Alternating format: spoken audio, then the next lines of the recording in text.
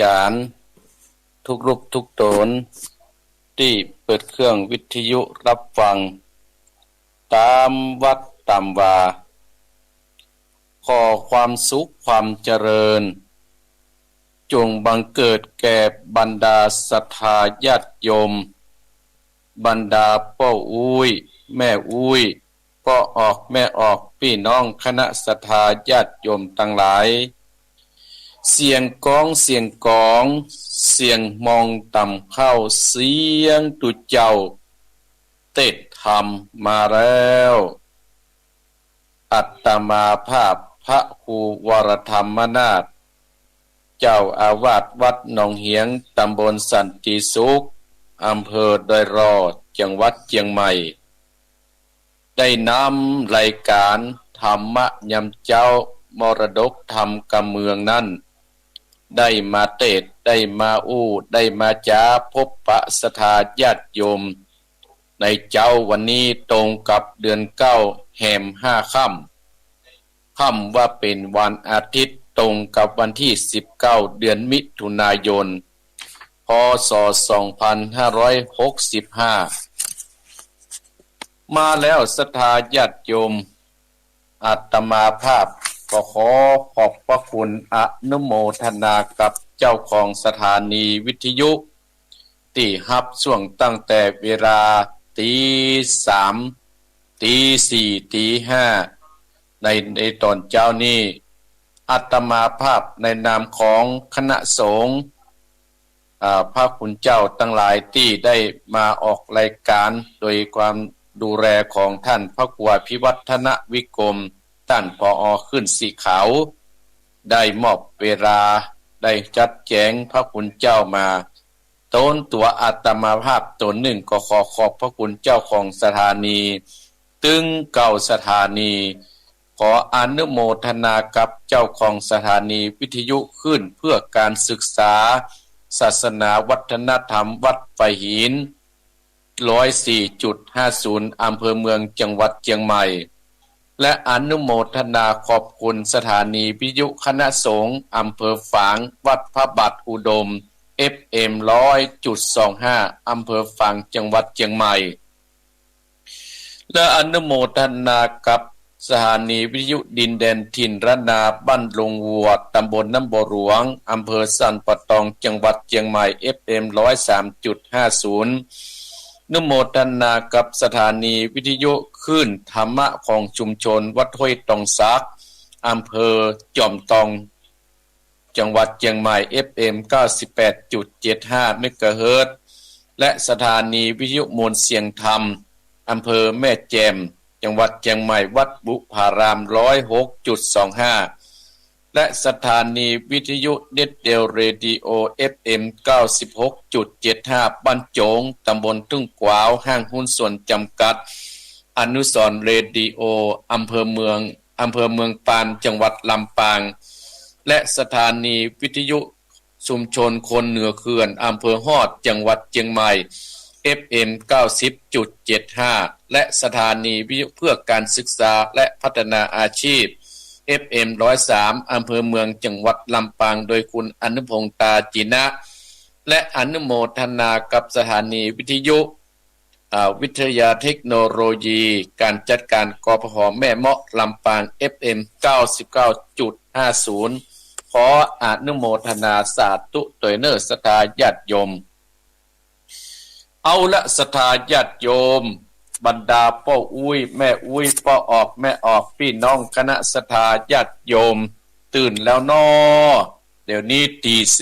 40นาทีเนอศรัทธาญาติโยมวันนี้อาตมาภาพก็จะอยู่กับศรัทธาญาติโยมถึง6 โมงเมื่อเจ้าตี5นั่นก็จะได้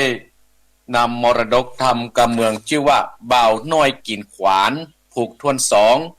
มาเทศนาศรัทธาฮือศรัทธาญาติโยมบรรดาพ่ออุ้ยแม่อุ้ยได้สดับรับฟังบ่าวน้อยกินขวานกำลังม่วนอยู่เด้อศรัทธาญาติโยมใจจริงแล้วเนาะโอ้อยากมาเทศสัก2ผูกเนาะยามเจ้านี่พุ่งยามควายแหมพุ่งเนาะแต่เวลาเพิ่น ได้ฮืดได้นี่อาตมาภาพตอนเจ้าก็จะนำศรัทธาญาติโยมไหว้พระสวดพุทธคุณธรรมคุณสังฆคุณเสียก่อนแล้วจะเอาธรรมะขององค์สมเด็จพระสัมมาสัมพุทธเจ้านั้นได้มาอู้ได้มาเอ่ยฮือเป็นกำลังอกกำลังใจศรัทธาต่อไปเอาละเนอศรัทธาเนอตื่นได้แล้วตื่นได้แล้วไหวแล้วเนอ จะไปลูกเตือนเนอจะมาเปิดแหงก็ได้ใครบ่หินเนอบ้านหันยุ่งกันใหญ่เนอเอ้าปอกอุ้ยแม่อุ้ยนะอูเล่นกันบ่ได้เนาะแย่แม่อุ้ยปอกอุ้ยคือไข้หัวเสียก่อนเนาะการไข้หัวเราะวันละนิดจิตเจนใสเนาะ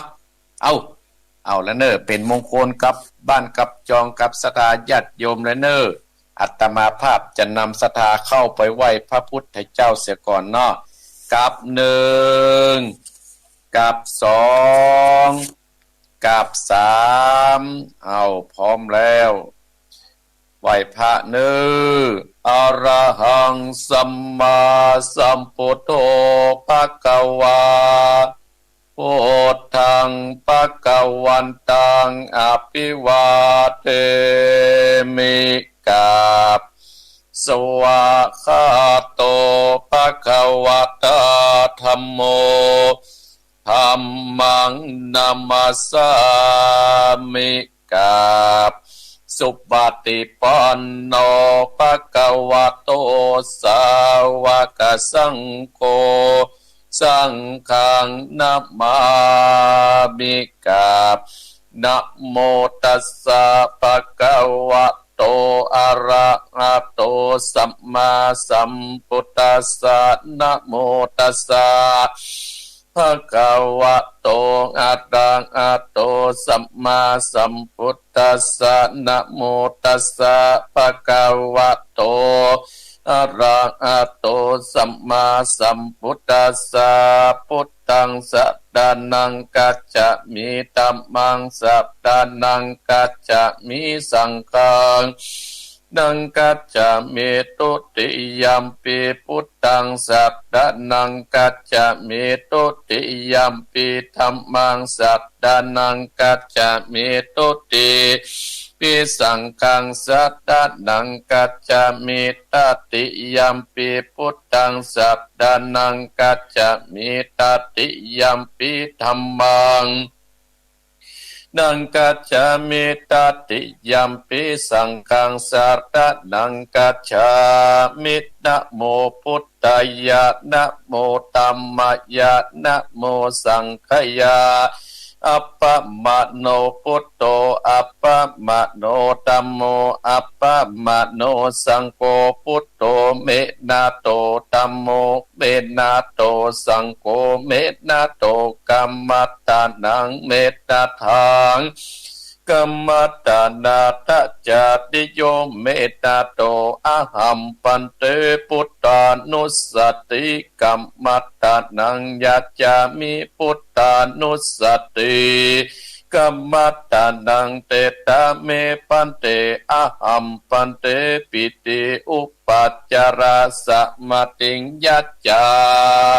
มิอิติปิโสภะคะวาอะระหังสัมมาสัมพุทโธวิจจาจัตตนะสัมปันโนสุขโตโลกวิทูอนุตตโตปุติสัตตัมมัสสัตตติสัทธามนุสานังพุทโธภควาติสวาคาโตภควตาธัมโมสันติติโกอากาติโกเอหิ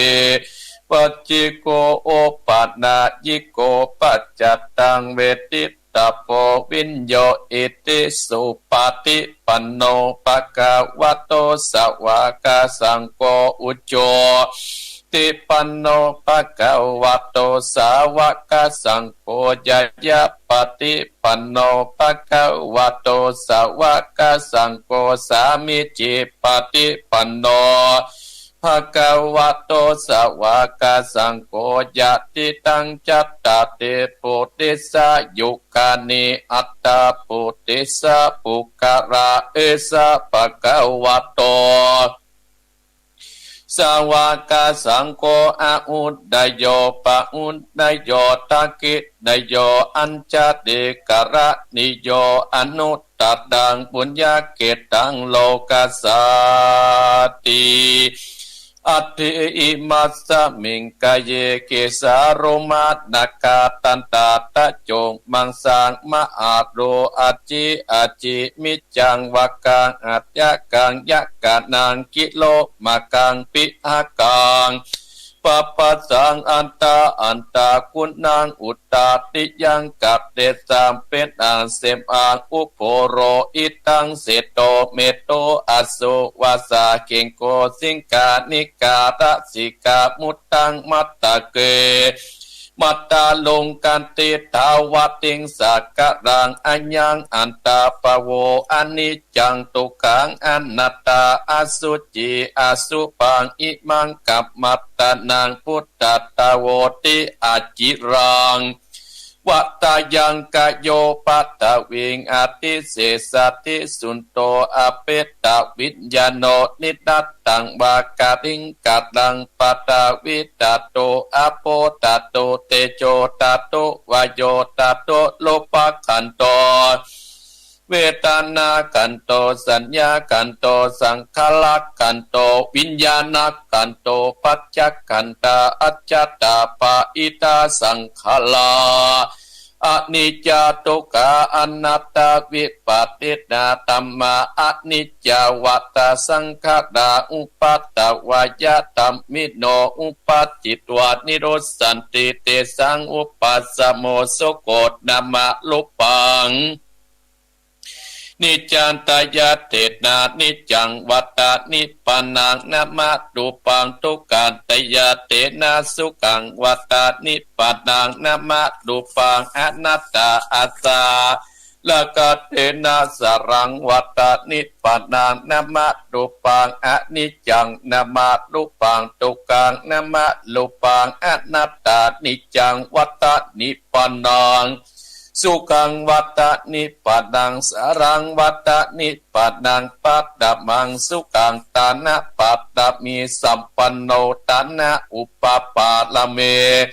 สัมปันโนตานะปะละมัตตะปัตตมีสัมปันโนไมติเมตตากรุณามุติตาอุเบกขาปัตตมีสัมปันโนอิติปิโสภควาศีลปัตตมีสัมปันโนศีลา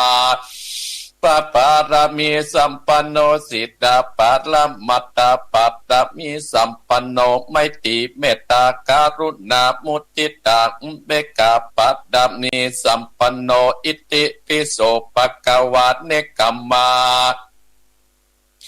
ปะละมีสัมปันโนเนคขมะอุปปาตมีสัมปันโนเนคขมะปัตละมัตตาปัตตมีสัมปันโนไมตรีเมตตากรุณามุติตา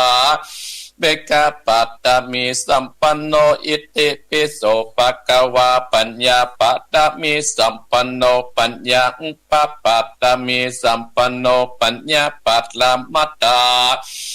มีสัมปันโนไมตรีเมตตังกรุณามุติตังเบกขาปัตตมีสัมปันโนอิติปิโสภควาวิติยะปัตตเมสัมปันโนวิติยาอุปปัตตมีสัมปันโนวิติยาปัตตมัตตาปัตตมีสัมปันโนไมตรีเมตตากรุณามุติตาเบกาปัตตมีสัมปันโนอิติปิโสภควาคันติปัตตมีสัมปันโนคันติอุปปัตตมีสัมปันโนคันติปัตตมัตตปัตตมีสัมปันโนไมตรีเมตตากรุณามุติตาเบกาปัตตมีสัมปันโนอิติปิโสภควาสัจจะปัตตมีสัมปันโนสัจจะอุปปาละมีสัมปันโนสัจจะปัตตมัตตปัตตมีสัมปันโนไมตรีเมตตากรุณามุติตาเบกาปัตตมีสัมปันโนติปิโสภควาอติฐานาปัตตมีสัมปันโนอติฐานา ปาละมีสัมปันโนอาติตานาปัตละมัตตาปัตตามีสัมปันโนไม่ติเมตตากรุณามุติตาเบกาปัตตามีสัมปันโนอิติปิโสปะกวะเมตตาปัตตามีสัมปันโนเมตตาอุปปัตตามีสัมปันโนเมตตาปาลมัตตาปัตตมีสัมปันโนไม่ติเมตตากรุณามุติตาอุเบกาปัตตมีสัมปันโนอิติปิโสภควาเบกาปัตตมีสัมปันโนอุเบกาอุปปัตตมีสัมปันโนอุเบกาปัตตมัตตาปัตตมีสัมปันโนอุเบกาปานามัตตาปัตตมีสัมปันโนไม่ติเมตตากรุณามุติตาอุเบกาปารมีสัมปันโนอิติปิโสภควาทัสสะปานามีสัมปันโนทัสสะอุปปัตตมีสัมปันโนทัสสะปัตตมัตตาปัตตมีสัมปันโนไม่ติจักรุณามุติตาอุเบกาปัตตมีสัมปันโนอิติปิโสภควาพุทโธโนอนันตติกุณโนวัตตโสภควาอิติปิสาธุสัตตุปปัญญาปัตตมีสัมจิตตสัตตุปปัญญาปัตตมีวัดเวทดอมวิติยาปัตตมีอ้อมล้อมระวังดีศีลาปาดามีบังออกดาบเมตตาปัตตมีปัปเปตังปืนตานะปัตตมีเป็นปืนตั้งต่ออุปเบกาปัตตมีก่อเป็นเวียงสัจจะปัตตมีแวดระวังดีเป็นให้เต้ากันตีปัตตมีกลายเป็นออกดาบบังนาไม้และปืนไฟอาทิตตานาปัตตมีปับไปจุบแห่งแข่งแรงปับหมู่มานพี่สังไพเพทุกตะเวเตนางตอกดานีอัศจรรย์เสือเหมือนปันอยู่กลางน้ำนาทีกวางตอกกวางแตกตีฟองนานองเป็นข้าวตอกดอกไม้มะปูจาพระเกณฑ์แต่สัตตานพระปุตตังเลยจุงมาไปโปรดจุงมาอนุญาตโปรดปุกาเตติดีแม่ทอดดานีออกมารีดมวยผมอยู่ข้างตาจังไรขัดกางาซับพ่นดินพ่นนับนาทีลงพระภายเกาะหับตับเต้าปะยามันเอาอาปุ่นกัวกับยกมือตนหัวเสกาผู้คาเนชื่อว่าพระครูวรธรรมนาถเป็นลูกศิษย์พระพุทธเจ้าตนมีบุญสมพันธ์อันมากพระพุทธเจ้าจริงตั้งพระปัญญาปัตตมีไว้กาจานตั้งไว้ตั้งหน้ากอดได้กาจานตั้งไว้ตั้งหลังกอดได้กาจานตั้งหัวตึงเต้นก็ได้กาวจานแต่งบาตั้งแต่ตีนติงหัวก็ได้กาวจานแสนวาลูกปืนจักมาเสมอเหมือนฝนเสนอากอดจักมากัดได้ข้าพเจ้าโดยได้ไว้ว่าพุทธกุณนางธรรมกุณนางสังฆกุณนางพุทธอินตาธรรมอินตาสังฆอินตาสะแม่ธรณีอยู่เหนือน้ำอยู่กลางเป็นดินกันกาลเนกึดตึงยังกุลพระแก้วเจ้าทั้งสามประการคือกุลพระพุทธังกุลพระธรรมังกุลพระสังฆังกุลแดดกุลน้ำกุลฝนกุลลมกุลไฟกุลกุราชเจ้าก็ดีกุลพระเจ้าต้นเท้าวัดนาก็ดีกุลนางอุตตราก็ดีคุณพระปัจเจเจ้าก็ดีคุณแม่ทอดดาตีเจ้าก็ดีจุงมารักษากับนาและกำลังยังตนตัวเองข้าพเจ้าแรดต้านผู้ฟังจุคนและเจ้าของสถานีผู้สถานีในวันนี้จิมแดดเตอพุทโธพุทธังรักษาธัมโมธรรมังรักษาสังโฆสังฆังรักษาพุทโธพุทธังอะละหังธัมโมธัมมังอะละหังสังโฆสังฆังอะละหังพุทโธพุทธังกันอาธัมโมธัมมังกันอาสังโฆสังฆังกันอาพุทโธปกธัมมังปิสังฆังมิตรอายุวันโนสุขังพะลังเอาละศรัทธาญาติโยมบรรดาพ่ออุ้ยแม่อุ้ยพ่อออกแม่ออกพี่น้องคณะศรัทธาญาติโยมอาตมาภาพได้นำศรัทธาญาติโยมไหว้พระสวดพุทธคุณธรรมคุณสังฆคุณวันนี้ได้สุดเอากรรมฐานเป็นที่จังที่ปึ้ง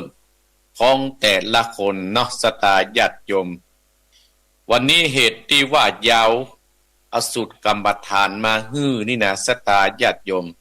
เพราะมีศรัทธาคนเฒ่าศรัทธาเปิ้นได้ขออาตมาภาพก็เยอะเฮ้ยนะศรัทธาญาติโยมเนาะก็อาจจะยาวไปหน่อยหนึ่งเนาะเฮาก็ผสมประสานกันไปศรัทธาญาติโยมกรรมโบราณเพิ่นว่าจับใจแห้งมาแน่นใจกาจับใจครูบาประเปิงใจพระน้อยอย่าเพิ่นว่าเอาใจคนนั้นเห็นน้อยอาจารย์คนนี้เห็นนิ้วผสมประสานไปเนาะจังมันเปิงใจกันเหี่ยกู้โกนั่นอาตมาภาพก็ประสามารถตัวยอกตัวยใจศรัทธาญาติโยมได้เพราะเวลาอาตมาภาพมีตั้งแต่ตี 4 ถึง 6 โมงบางครั้งบางอาทิตย์ที่แล้วก็ตี 3 เกิงเนี่ยถึง 5 โมงเนี่ยก็มันมาแน่มานอนเนาะศรัทธาญาติโยมแล้วแต่ความเมตตาของต่างปอที่จะมอบให้อาตมาภาพเก้ากับผมเนาะวันนี้อาตมาภาพจะได้อยู่กับศรัทธาญาติโยมบรรดาพ่ออุ้ยแม่อุ้ยพ่อออกแม่ออกพี่น้องคณะศรัทธาญาติโยมหมู่เฮาตั้นทั้งหลายนั่นถึง 6 โมงเมื่อเช้าเนื้อศรัทธาญาติโยมวันนี้เป็นวันว่างอาตมาภาพวันนี้นะ 2-3 วันนี้ศรัทธาญาติโยมโอ้งานติดโอ้ศรัทธาบรรดาพ่ออุ้ยก็งานนักก็ตุลุงก็มีสตางค์นะกะจะมีที่น้อยศรัทธาญาติโยมมีที่ไหนก็เอาไปทำบุญเมื่อ2-3 วันเมื่อวันที่17นี่ก็ได้ไปร่วมกิจกรรมสร้างบุญมหากุศลกับท่านพระครูพิกับหลายท่านพระครูกัลยาณปราโมทย์อาจารย์วรรณชัยท่านมหาสมชาติท่านพระครูพิวัฒนวิกรมหลวงพ่อรองเจ้าคณะอำเภอโดยเราเฮาเปิ้นได้ไปที่วัดใหม่ที่ว่าวัดเหล่าพุทธมณฑาวัดเหล่ามณฑาเนี่ยวัดเหล่ามณฑาอยู่ที่ลาดเป้าเปิ้นกำลังจะทำการสร้างแต่ว่านี่ก็ได้ยินท่านอาจารย์มหาสมชาติจังหวัดลำปางได้ได้จากไป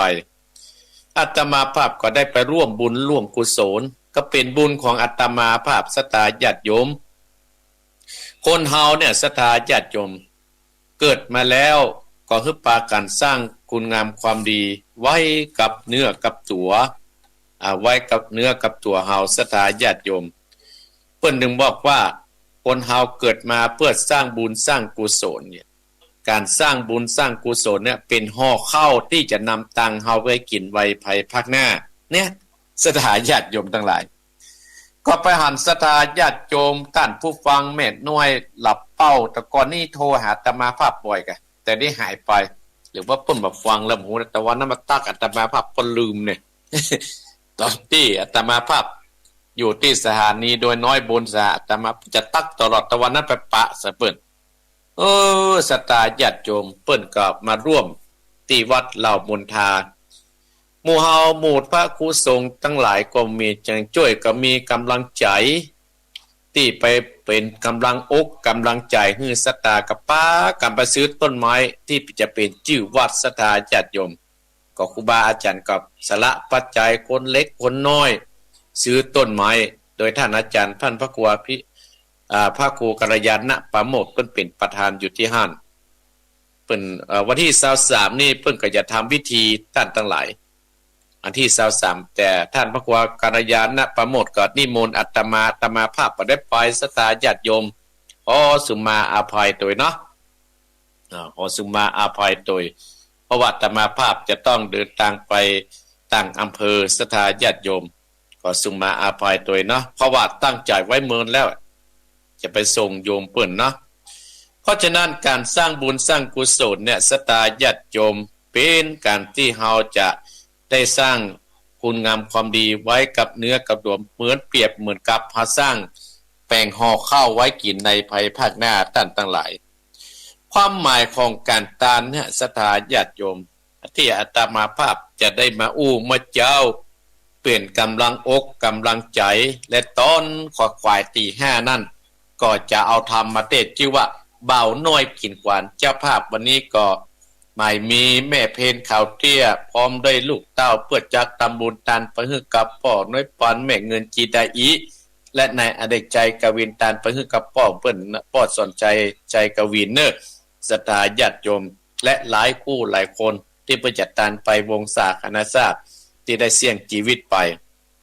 ความหมายของการตานน่ะเพิ่นบอกว่าตาน1ตานเพื่อเสวยไว้ภัยข้างหน้า2ตานเพื่อหวังท่าเอากุศล3ตานเพื่อหวังผลประโยชน์4ตานเพื่อหวังปลดผีตาย5ตานเพื่อแก่สหายพี่น้อง6ตานด้วยจิตเจตนาศรัทธาการตานนี่นะที่อาตมาภาพจะมานี่นะศรัทธาญาติโยมแต่ศรัทธาญาติโยมก็ได้ฟังครูบาอาจารย์เนี่ยนักหนาหลายรูปหลายตนเพื่อกะการตานภัยเข้ามากะการตานศีลภาวนาเนี่ยอาตมาภาพจะกับความหมายของเรื่องการตานนะศรัทธาญาติโยมตานเพื่อเสวยภัยภาคหน้าตานเพื่อเสวยภัยภาคหน้าศรัทธาญาติโยมเปรียบเหมือนหมู่เฮาท่านตั้งหลายนี่ปัจจุบันนี่เฮาก็มีข้าวกินกันกูวันเฮามีกินในปัจจุบันแต่ถ้าเฮาเสี่ยงชีวิตไปน่ะเฮาจะเอาข้าวกินที่เฮากินในภาวะปัจจุบันเฮาก็เอาไว้กินไม่ได้เพราะฉะนั้นเฮาเกิดมาแล้วเพื่อจะสร้างบุญสร้างกุศลไว้กับเนื้อกับตัวเป็นห่อข้าวนำตังในวัยภัยภาคหน้าหรือเป็นห่อข้าวเฮาจะกินในภัยภาคหน้าศรัทธาญาติโยมการสร้างบุญสร้างกุศลเนี่ยมันเป็นบุญกังบุญจูของเฮานะศรัทธาญาติโยมศรัทธาญาติโยมก็อาจจะถามว่ามันจะได้กินแต่ก็ท่านพ่อครูอาตมาภาพก็จะบอกให้อีพ่ออีแม่ถ้าเฮาเชื่อกรรมพระพุทธเจ้าเชื่อกรรมพระธรรมเจ้าเชื่อกรรมสั่งสอนขององค์สมเด็จพระสัมมาสัมพุทธเจ้าเนี่ยอาตมาภาพว่าเฮาจะได้ตานไว้ได้เสวยไว้ภาคข้างหน้าแน่นอนจะได้กินในภายภาคหน้าแน่นอนถ้าเฮาตายจากโลกนี้ไปศรัทธาญาติโยมยังบันนึกคิดเอาในพระธรรมเทศนาเนี่ยศรัทธาญาติโยมที่เขาตันไปหาผีตุมผีตายกันน่ะที่เดือน12เป็นเข้าภาษาออกภาษาเฮาเนาะศรัทธาญาติโยมมันก็มีหลักคือเฮานั้นได้พิจารณานะถ้าเฮามันพิจารณาตาใจปัญญาของเฮาเนี่ยรับรองว่าศรัทธาก็จะมีกำลังใจจุ่มขึ้นมาเนี่ยเพราะว่าตานไว้ในภัยภาคหน้าศรัทธาญาติโยมคนเฮาเกิดมาแล้วจะต้องกระทำอยู่3ประการ1การฮื้อตาน2การรักษาศีล3การแปลงจิตแปลงใจคือการภาวนาศรัทธาญาติโยมอย่างศรัทธาญาติโยมตื่นกันเมื่อเจ้าตะกี้เนี่ยจะได้ยินเปิดเรื่องการแปลงจิตแปลงใจเหรอแปลงกายนี่คือง่ายแปลงทรัพย์สมบัติตั้งนอกแปลงบ้านแปลงจองแปลงหอแปลงเฮือนเนี่ยมันง่ายนะแต่ถ้าเฮาจะแปลงจิตแปลงใจของคนเฮาเนี่ยศรัทธาญาติโยมมันแปลงยากเฮาก็ต้องใจวิริยะและขันติน่ะก้วยเติมกำลังกำน้อยญาติโยมตั้งหลายบรรดาพ่ออุ้ยแม่อุ้ยอีพ่ออีแม่ตั้งหลายก็ว่าโอ้มันยากนะท่านพระครูอันยังมันยากเต้าเมืองบ่เต้ามนุษย์เฮาหรอกถ้าเฮาบ่ใจวิริยะขันติต้านตั้งหลายเพราะฉะนั้นการสร้างบุญสร้างกุศลเนี่ยเป็นหน้าที่ของเฮาเป็นหน้าที่ของหมู่เฮาต้านตั้งหลายเนี่ยเพราะว่าสร้างเสวยไปภาคหน้าเฮาก็เอาอันนั้นกะศรัทธาญาติโยมเอาในธรรมมหามุลนิพพานสูตรนี้เป็นต้นเอาธรรมมารายโพธินี้เป็นต้นที่เพิ่นเล่ากันในธรรมขนาดพระมารายเนี่ยศรัทธาญาติโยมก็ได้ไปโปรดหมู่สัตว์นรกทั้งหลายในเมืองนรกพุ่นหมู่สัตว์นรกทั้งหลายก็บอกว่าท่านพระมารายเฮ้ยขอฝากกรรมนี้ไปบอกพี่บอกน้องตามบ้านตามจองที่อยู่ในเมืองมนุษย์กรรม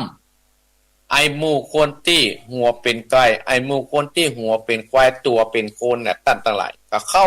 ไปไหว้พระมารายในธรรมมารายโพธินั่นน่ะเข้าไปฝากกรรมกรรมจาฝากกรรมปามาหายังวงศาคณะญาติที่อยู่ตั้งบ้านตั้งจองที่อยู่ในเมืองมนุษย์เขาดีใจหันพระมารายนั่นแหละเข้าไปแล้วเขาก็ไปละส่วนบุญส่วนกุศลไปฝากท่านพระมหามารายนั่นกับปีกมาในเมืองมนุษย์ท่านทั้งหลายมาบอกว่าโอ้ประเดี๋ยวได้ ญาติของสู่เจ้าเขานี่นะเราได้ไปเอี่ยวในเมืองนันโลกมาแล้วได้ฝากกรรมมาหาหมู่ต้านตั้งหลายว่าเฮ้มันกินมันตานสร้างบุญสร้างกุศลตันไปหาหมู่เขาที่ตายไปบางคนน่ะโอ้หัวก็เป็นไก่บางคนหัวเป็นควายหัวเป็นงัวหัวเป็นหมูพ่องนี่หัวเป็นแม่พ่องสุมาเนี่ยสตาญาติโยมอาจจะอู้ปลอดภัยเลาะเนาะ อันนี้ในธรรมนะสตาญาติโยมเขาก็ถามว่าโอ้ไอหัวที่เป็นก้อยนี่เพราะอันยังอ่ะนี่เพราะอันยังถึงเป็นใจอี้อ่ะตัวเป็นคนหัวไปก้อยโอ้ต้านผ้ามาลายเปิ้นมีการมีงานในบ้านในจองเปิ้นมีการมีงานในวัดในวาตู่เขาเนี่ยได้ไปช่วยวัดช่วยวาสักคำตู่เขาเนี่ยบ่ได้ไปเพวัดเพวาปัจจะได้ไปช่วยเจ้าหมู่เจ้าจุมสักคำเมาเปิดบ่อนก้อย ปัจจะได้ว่าอาภัยในสถานญาติโยมเมาไปเปิดบ่อนเนี่ยบ่ได้ไปช่วยเปิ้นกินตัดตามก็โหหิวเมาไปเล่นหมู่อี้หะเนี่ยกรรมของข้าเจ้าทั้งหลายได้ตายมาก็ได้รับทุกเวทนาแบบเนี้ยเนี่ยศรัทธาญาติโยมว่าเฮาเกิดมาเป็นคนละตานเพื่อเสวยไว้ภายภาคหน้าถ้าเฮาตายไปเฮาก็ต้องมีบุญกรรมจูอุดหนุนเฮายกตนตัวเฮาขึ้นไปเกิดในสวรรค์จันทร์ฟ้าเนี่ยศรัทธาญาติโยมพระมาลัยเพิ่นก็ได้มาบอกเอานำข่าวนี้มาบอกแก่พี่แก่น้องในเมืองมนุษย์นำข่าวสารนะบอกโอ้พ่อสู่เจ้าขอฝากมาอย่างอี้เนี่ยพระมาลัยก็มาบอกให้หมู่พี่หมู่น้องในการทำบุญสร้างบุญสร้างกุศลมันก็เป็นเนี่ยว่าเฮาอยู่ในเมืองคนเฮาได้กินข้าวกินน้ำเฮาได้อยู่อย่างอี้แต่เฮาตายไปแล้วเฮาก็ต้องได้รับกรรมที่เฮาได้ทำไว้ยังกัมมังกัตติสามิกันละยนังวาปาปักกังวาตัสสะทายาโสภวิสานิเราทำกรรมใดไว้จะเป็นบุญหรือว่าเป็นบาปเราจะเป็นทายาทคือจะต้องรับผลของกรรมนั้นไปเพราะถึงว่าอิสตาญาติโยมเพราะฉะนั้นจะทำกรรมดีก็ตามจะทำกรรมบ่ดีก็ตามเฮาก็จะต้องได้รับผลของกรรมนั้นไปแน่ศรัทธาญาติโยมบางคนก็ว่าโอ้ไอ้นั้นนอข้างงัวเขาควายยังได้เป็นมหาเศรษฐีท่านพระครูมันบ่ถึงเวลาเตื้อกาละเวลามันจะต้องถึงแน่นอนศรัทธาญาติโยมเพราะกันเพิ่นนึงบอกว่าเฮาสร้างความดีเนี่ยมันสร้างยากเฮาอย่าสร้างความดีเหมือนเปรียบเหมือนอีพ่ออีแม่แปลงบ้านแปลงจองแปลงอาคารต่างๆเนี่ยมันแปลงมันจ้าหลายวันเนาะศรัทธาญาติโยมถ้าเราจะเตมาเตกำเดียวซะเนาะเตกับบุ้มบั่มกันแล้วแหละสตาญาติโยมอาตมาภาพก็เตื้ออยู่วัดนะคิดถึงอะไรเป็นปริศนาธรรมโอ้ก็กูจะตกแต่งแปลงหั่นแปลงนี่นะจะแปลงทำบุญกับวัดกับวานโอ้ตกแต่งได้เป็น5-6 วันเวลาเตพาเข้าตอนมาถึงสตาญาติโยมลุกหมดหายแป๊บเดียวอย่างงานที่ผ่านมาเนี่ยอันเนี้ยสตาญาติโยมอาตมาภาพถึงว่าการเพื่อเสวยไว้ภายภาคหน้าอาตมาภาพนึกถึงโยมเชิดพงษ์กิ่วแก้วตระกูลกิ่วแก้วนะโอ้เพิ่นทำบุญนะครับเพิ่นทำแต่นะศรัทธาญาติโยมเชิดพงษ์กิ่วแก้วพร้อมตระกูลกิ่วแก้วนะโอ้อาตมาภาพหารเปิ้นสร้างพระธาตุถึง22องค์พระธาตุละ22องค์พระธาตุอาตมาภาพนี่ก็ไปร่วมให้กุฏิศรัทธาญาติโยมไปร่วมกินร่วมทานกับโยมขอพ้องอันนี้เป็นอุบาสกแต่ตระกูลนี้นะศรัทธาญาติอุบาสกอุบาสิกาเปิ้นตั้งใจทำบุญแต่เอาอาตมาอนุโมทนาสาธุด้วยแต่ว่านี่ก็ไปร่วมที่ยกพระธาตุ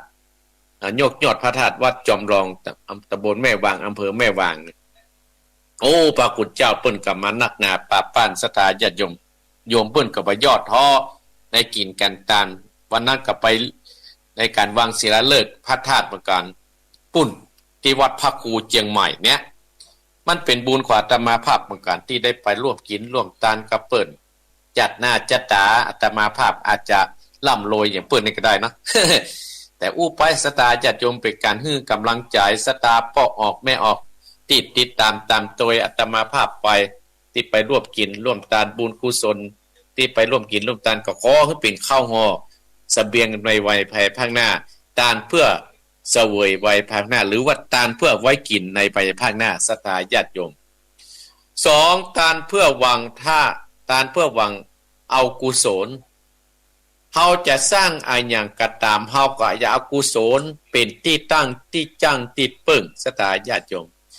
ยามเมื่อมีชีวิตเฮาก็เอาอีพ่ออีแม่เป็นที่จังที่ปึ้งแล้วแต่เมื่อเฮาจากไปเฮาก็จะเอากุศลเอาบุญกุศลเป็นที่จังที่ปึ้งเฮาก็เฮามามีสิ่งอันอย่างที่ประยึดเหนี่ยวน้ำจิตน้ำใจเฮาจะอยู่อย่างไรสถาญาติโยมเฮาจะเอาอยู่อย่างไรถ้าเฮาเป็นเจ้าพูดแล้วเฮาเอาบุญเอากุศลเป็นที่จังที่ปึ้งหมู่เฮาตั้งหลายก็จะหารเปิ้นทำบุญนั่นน่ะเปิ้นจะเอาบุญกุศลน่ะเป็นที่จังที่ปึ้งบุญเนี่ยเป็นอันใหญ่หลวงที่จะมาปกป้องรักษาของเฮา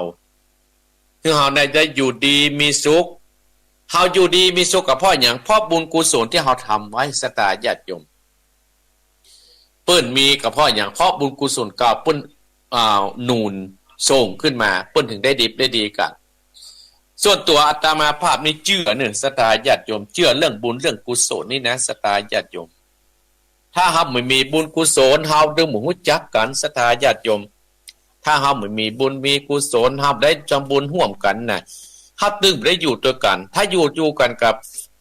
กำเดียวละไปละสตาญาติโยมอาตมาภาพนึกถึงบรรยากาศที่สตาญาติโยมที่เพิ่นได้มาวัดหนองเหียงนี่2-3 วันก่อนนั่นกับพี่น้องคณะสถามาจากชัยประการเนี่ยมากับแม่สีทอนแม่สาวรักษ์และหลายผู้หลายคนที่เปิดรถตู้มาสตาเปิ้นกับไปกิจประตันอย่างจอมตองเนี่ยพดไปปุ่นเล่าดูพดไปห้วยปันจ้อยพดไปหลายที่แล้วเปิ้นมานอนที่ว่าเนี่ยสตาญาติโยมอาตมาภาพก็ได้ต้อนรับขึ้นสีขาวเปิ้นได้ฟังอาตมาภาพศรัทธาญาติโยมอาจจะว่าฮู้จักเพิ่นมาก่อนหมู่ฮู้จักซะเตื้อได้ยินแค่เสียงเพิ่นก็ได้ยินแค่เสียงอาตมาภาพเพิ่นจะมานอนอาตมาภาพก็อาจจะที่รับที่นอนอาจจะบ่สะดวกสบายอาจจะอาหารอาจจะปลำก็ดีเพิ่นมาทำวัดที่นี่ศรัทธาญาติโยมเพิ่นได้มาเมื่อวันที่ที่14เนาะศรัทธาญาติโยมเนาะ14เนี่ยเพิ่นก็ได้มานอนที่วัดนี่อาตมาภาพก็ได้ต้อนรับศรัทธาที่มาจากชัยประการอำเภอชัยประการศรัทธาญาติโยมเนาะก็หวังว่าโอกาสหน้าจะได้ต้อนรับอีกแห่งไผจะมานอนก็ได้ปัจจัยกับพี่น้องอำเภอชัยประการนะศรัทธาญาติโยมท่านผู้ฟังว่าท่านพระครูรับกับพี่น้องชัยประการบัดจ้อยรับหมดที่ฟังอาตมาภาพนะพอจะมีที่รับที่นอนแต่ต้องห่อข้าวมาเตือนเนอะพระอาตมาภาพบ่ได้แยกกินแล้วบ่ได้แยกแหน่เนาะศรัทธาญาติโยมก็เอาถึงวัดได้ก็เปิ้งศรัทธาวัดหนองเหียงน่ะกินกู้วันกู้เจ้ากู้เพนน่ะศรัทธาญาติโยมอาตมาภาพก็เนี่ยหวังว่าถ้าเอากุศลอาตมาภาพทำอันนี้เพื่อเอากุศลไว้ในภายภาคหน้าเหมือนกันการเพื่อหวังผลประโยชน์ศรัทธาญาติโยมอย่างใดตานเพื่อหวังผลประโยชน์อีพ่ออีแม่กะตานเพื่อเฮาตานเข้าตานของเนี่ยอย่างเฮาตานเก้าอี้ก็ดีอย่างเฮาตานกระทะก็ดีเฮาตานโต๊ะตั้งอย่างก็ดีตานเสื้อตานแสกก็ดีเพื่อหวังประโยชน์กูจะได้ใจวันภายหน้าวัดจะได้ใจไว้ภายหน้าเฮาตานที่มันเป็นประโยชน์กับวัดกับวาศรัทธาญาติโยมแต่หนึ่งศรัทธาญาติโยมวันนั้นก็ท่านผอ.โดยหลอดเพิ่นก็ได้เอาโคเลอร์ย่อยๆนั่นน่ะแล้วมีงานเฮาเอาไปตั้งเฮาว่าต้องเอากระติกหน่อยไปตาเพื่อเอามาตานที่ไว้วัดหนองเหียงนี่1แก่นมันก็เป็นประโยชน์กับวัดกับวาเป็นประโยชน์กับศรัทธาชาวบ้านเฮาที่อาใจมีงานเฮาเอาไปใจไว้ใจกับการกับงานเฮาประจำต้องตั้งหม้อแกงอีหมื่นสมัยแต่ก่อนตะบาสมัยก่อนเนี่ยอาตมาภาพถ้ามีงานเพิ่นมานอนวัดเอาฮังโลเนี่ยกับท่านเอาหม้อแกงตั้งน้ำเดือดบกกระเดียวเผอก็เดียวกับท่านวอดสมัยก่อนนะศรัทธาญาติโยมแต่สมัยนี้มันมีอันอย่างมาช่วยนะครับก็เลยสบายไปและประหยัดคนเจ้าสมัยตะก้อนก็สมัยบัดเดียวนี่นะศรัทธาญาติโยมมารวมกันตึงบ่ได้ละตะก้อนนี่เขาบอกว่าเอาผ่านไปใส่เนยน่ะเปิ้นนึงเฝ้าอยู่หั่นเหรอบัดเดี๋ยวนี้คนบ่ค่อยมีศรัทธาญาติโยมมันบ่ค่อยมีละบัดเดี๋ยวนี้จอยอาหารภาษาว่ากูฮ้อนเนี่ยก็เดกับเปิ้นก็บ่ได้กินอันเนี้ย อนุโมทนาวัตตาอนุโมทนากับศรัทธาญาติโยมที่ใจเป็นกุศลตานเพื่อหวังผลประโยชน์อย่างพี่น้องใจประการเอาหนังสือทำวัดเจ้าวัดเจนมาตานมักก็เป็นประโยชน์กับคนทั้งหลายที่เพิ่นมานอนวัดนอนบ้านกระใจตัวนะศรัทธาญาติโยมตานเพื่อโปรดปิดตายศรัทธาญาติโยมกับหมู่เฮาตั้นทั้งหลายตานเนี่ยตานกันเนาะตานไปแล้วตานไปเพื่อปิดตายเพื่ออย่างที่อาตมาภาพว่าคนเฮาเนี่ยตายไปก็เหมือนอย่าต้องวางเปิ้งพี่น้องตานแก่สหายญาติพี่น้องสหายญาติพี่น้องเฮาก็ต้องดูแลเมื่อเพิ่นตกทุกข์ได้ยากอย่างศรัทธาญาติโยมติดโควิดกันศรัทธาญาติโยมก็ไปช่วยกันไปเตือนไปแท่งตานด้วยจิตเจตนาก็คือตานด้วยจิตเจตนาตามศรัทธาที่เฮาวักมาหาได้ศรัทธาญาติโยมอันนี้แหละเตี่ยตมาว่าการกินการตานเฮาจะต้องช่วยกันความหมายของการตาน1ตานเพื่อเสวยไวยภายภาคหน้า2ตานเพื่อหวังท่าอกุศล3ตานเพื่อหวังผลประโยชน์4ตานเพื่อปลดผิดตาย5ตานแก่สหายพี่น้อง6ตานด้วยจิตเจตนาศรัทธาญาติโยมทั้งหลายเนี่ยศรัทธาญาติโยมบรรดาพ่ออุ้ยแม่อุ้ยพ่อออกแม่ออกได้อยู่กับศรัทธาญาติโยมประเด็นนะ4:45 นาทีแล้วนะศรัทธาญาติโยมศรัทธาญาติโยมก็จะฟังโทรหาอาตมาภาพแล้วเกียมไว้เถอะเกียมไว้จดมือเอาปากกาจดไว้ให้เนิ่นแต่ห้ามโทรถ้าอาตมาบอกว่าโทรศรัทธาก็ให้โทรจดไว้เลย0828857225แต่บ่ต้องโทรเด้อจดไว้ละไว้ก่อนอาตมาภาพเลยแถมท้ายนิทานเรื่องนี้ให้กับศรัทธาญาติโยมฟังสักเรื่องหนึ่งแล้วจะเปิดโอกาสให้โทรเด้อเอาตังปุ้นตังฟังแม่ลิมฟังแม่ลิมจะในเมืองเจียงใหม่โพดไปประฮอดปะ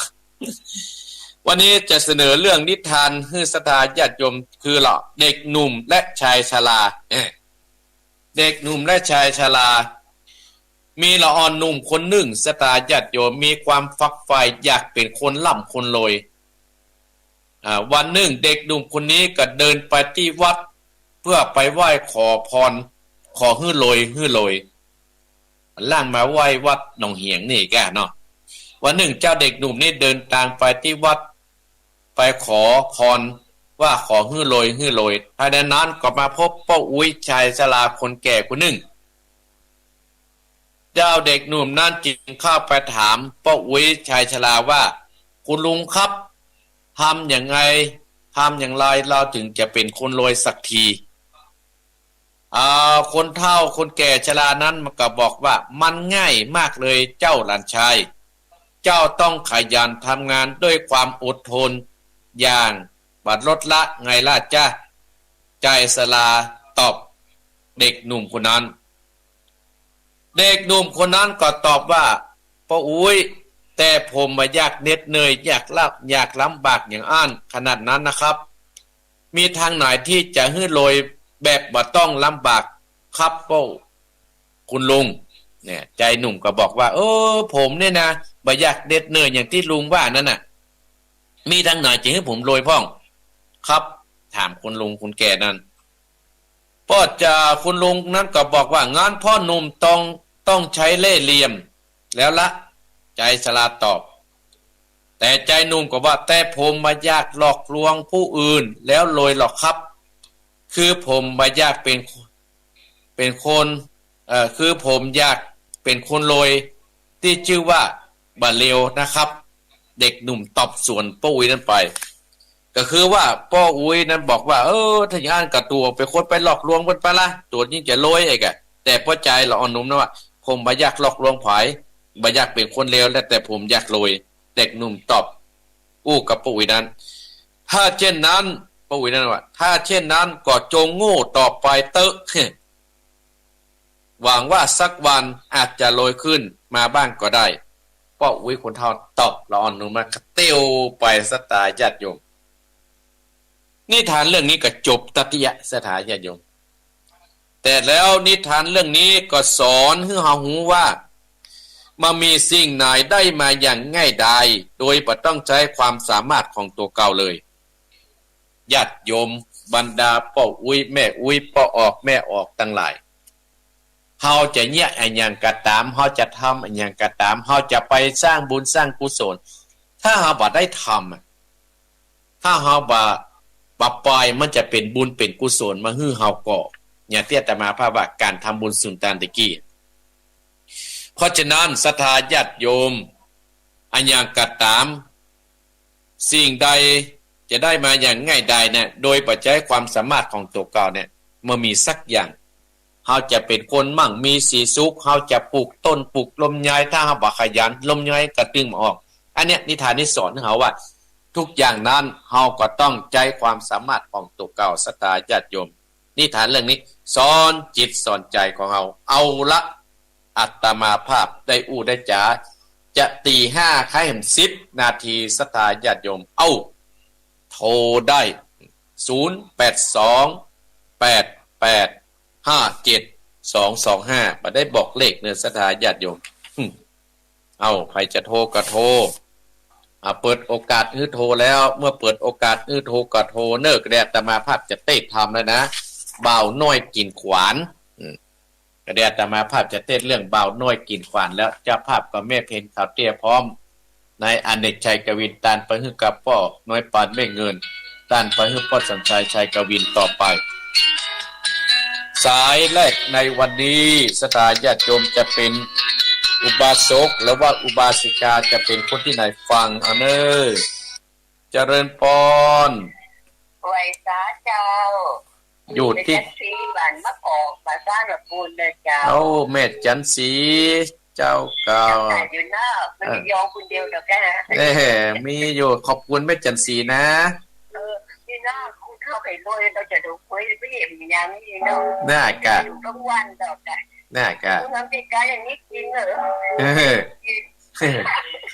ยินดีแม่จันสีเนอะไว้ละเจ้าจะรู้ค่ะคุณเจ้าเจริญพรแม่จันสีบันประกอบเจริญพรสายต่อไปเอาป้อนน้อยป่าบุญปาน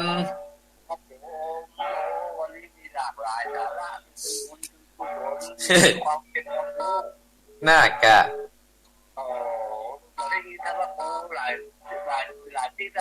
มันมาดึกมาเจ้าอย่าป้อครับป้อนกับมาเจ้า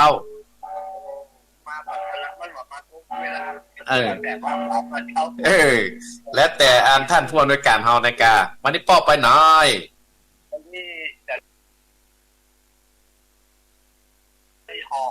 โอ้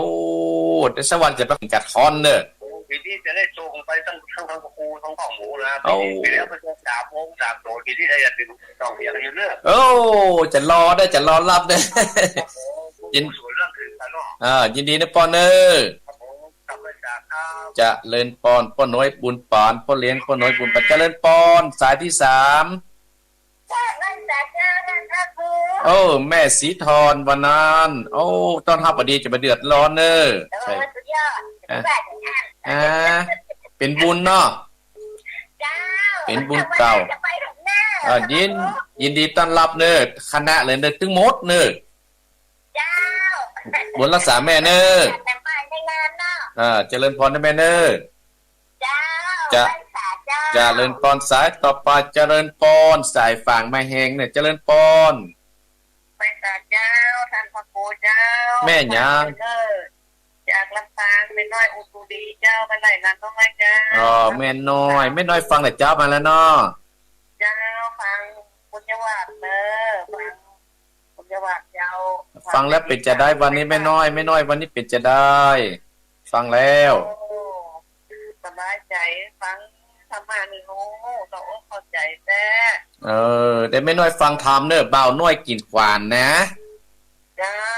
แม่ต้องฟังตลอดของโจ๊กแม่ฟังไว้สะสวยลูกไว้สะสวยเจ้ายินดีนะแม่น้อยเนอะเจ้าสาธุไว้สาเจ้าจะเลินปอนสายต่อไปเจริญปอนไว้สาเจ้าแต่ละปูแม่ยังแม่จะรู้จ้าแม่จะรู้แต่งว่าไปก็ไม่จุ่มเพื่อนรายงานไปแล้วเชียงใหม่เจ้าสบายดีเนาะสบายดีหายดีแล้วเนาะหายดีแล้วยินดีที่แม่จะรุนมาเอี่ยวหาเนอ ยินดีนะที่มาแอวหานะช่วงก่อนนะเน้อ เจ้าเจ้า บุญรักษาบอกป้อเขาตัวเน้อบอกให้เขาตัวเน้อ ขอให้บุญกับผู้ได้นะหมู ยินดีเน้อ เจ้าเจ้า จะเล่นปอนแม่จะลุนเชียงใหม่จะเล่นปอนสายต่อไป ท่านพระศาสดาได้ประพู อันแม่เหลวแม่เหลวแม่เหลวแม่งก็ เจ้าแม่ละเจ้าจะแจ้งความแบบน้อยแผ่น ยินดีนะแม่เน้อ เจ้าแบบดูเจ้า จะเล่นปอนแม่เหลวควงเป่าจอมตองใจต่อไปเจริญปอน ครับไปสา มาแล้วพ่อบุญตาน ฟังกันจารนันเลย ก็ได้ฟังงานบ่าวน้อยกินควานต่อเน้อปอนเน้อ อ่า สายต่อไปขอขอบเจริญปอนสายต่อไป มาชิกาเจ้าเขา อยู่ที่หน่อย แล้วพอเรื่องว่าเดิน แม่พรสบายดีแม่พรบ่โทรมาเมินแล้วเนี่ย มาสั่งเป็น สถานีบดีได้ยินแล้วเนาะ เจ้าเจ้า ยินดีนะแม่พรเน้อ เจ้าฟังเจ้าเลย ยินดีเน้อ เจ้า เจริญปอนแม่พรล่องงัวแดงหายไปเหมือนว่าสถานีบดีเจริญปอน ไปสาค่ะท่านผู้ เอาจังหวัดน่านป้านานมาแล้ว ฟังตั้งแต่กดอันคนแรกเนาะ ป้านานประเสริฐ นั่นน่ะเข้าใจดีแห่ชี้แจงอย่างโอ้ที่รู้ใจเนาะตั้งจึงเป็นเช่นนั้นแต่ครับเนาะ ซึ่งปิดจะนั่นแต้เนาะ ครับ ยินดีนะปอนเน้อ บ่ได้ฟังสิฟังทางคนแก่กำลังทางเนี่ยคนนั้นจะได้ครับเนาะ ยินดีเน้อ ตั้งใจท่านครูนะครับขอคุยช่วงสดายใกล้กันนะครับผมไก่เนี่ยใครไปเด็กใครใจได้ขนาดครับ เจริญปอนนะปอนเน้อ เอาไว้สายกำลังใจครับนี่ เจริญปอน งานชิ้นยาวเป็นคนหลุมใช้แก้วสุการนะครับ เจริญปอนสายต่อไปเจริญปอนเห็นสัก2-3สายเจริญปอน ไม่สาเจ้าค่ะครับผม อยู่ที่ไหน เจ้า แม่นี่ก็แม่สาวรักษ์แม่สาวรักษ์แม่สาวรักษ์ลูกค้าอยู่ฟังแต่เจ้ามากะ เจ้าตื่นตั้งแต่ไหว้พระนะเจ้า ตื่นกี่โมง4 โมงเจ้า วันบัลลับให้ก้าเนี่ย รักษาสุขภาพเน้อแม่เน้อ เจ้าไหว้พระ ได้ฟังทำต่อไปเน้อเจริญปอนสายต่อไป น้องแปดเจ้า อันแม่บุเขียว เจ้าจำเป็นว่ารักจำปองเจ้า แม่นาวรัตน์ เจ้าจำปองเจ้า จอมทองฟังเสียงคล้ายๆกันเนี่ยจอมทอง บ้านอย่างแม่จอมทองแม่ จำปอง บ้านขวงปลาบ้านไม่เหลวเขาเนาะ เจ้ายังไงว่าที่สองสามเจ้า อยู่ห้านเนาะแม่ฟังตลอดเนาะ เจ้า บุญรักษาแม่เน้อ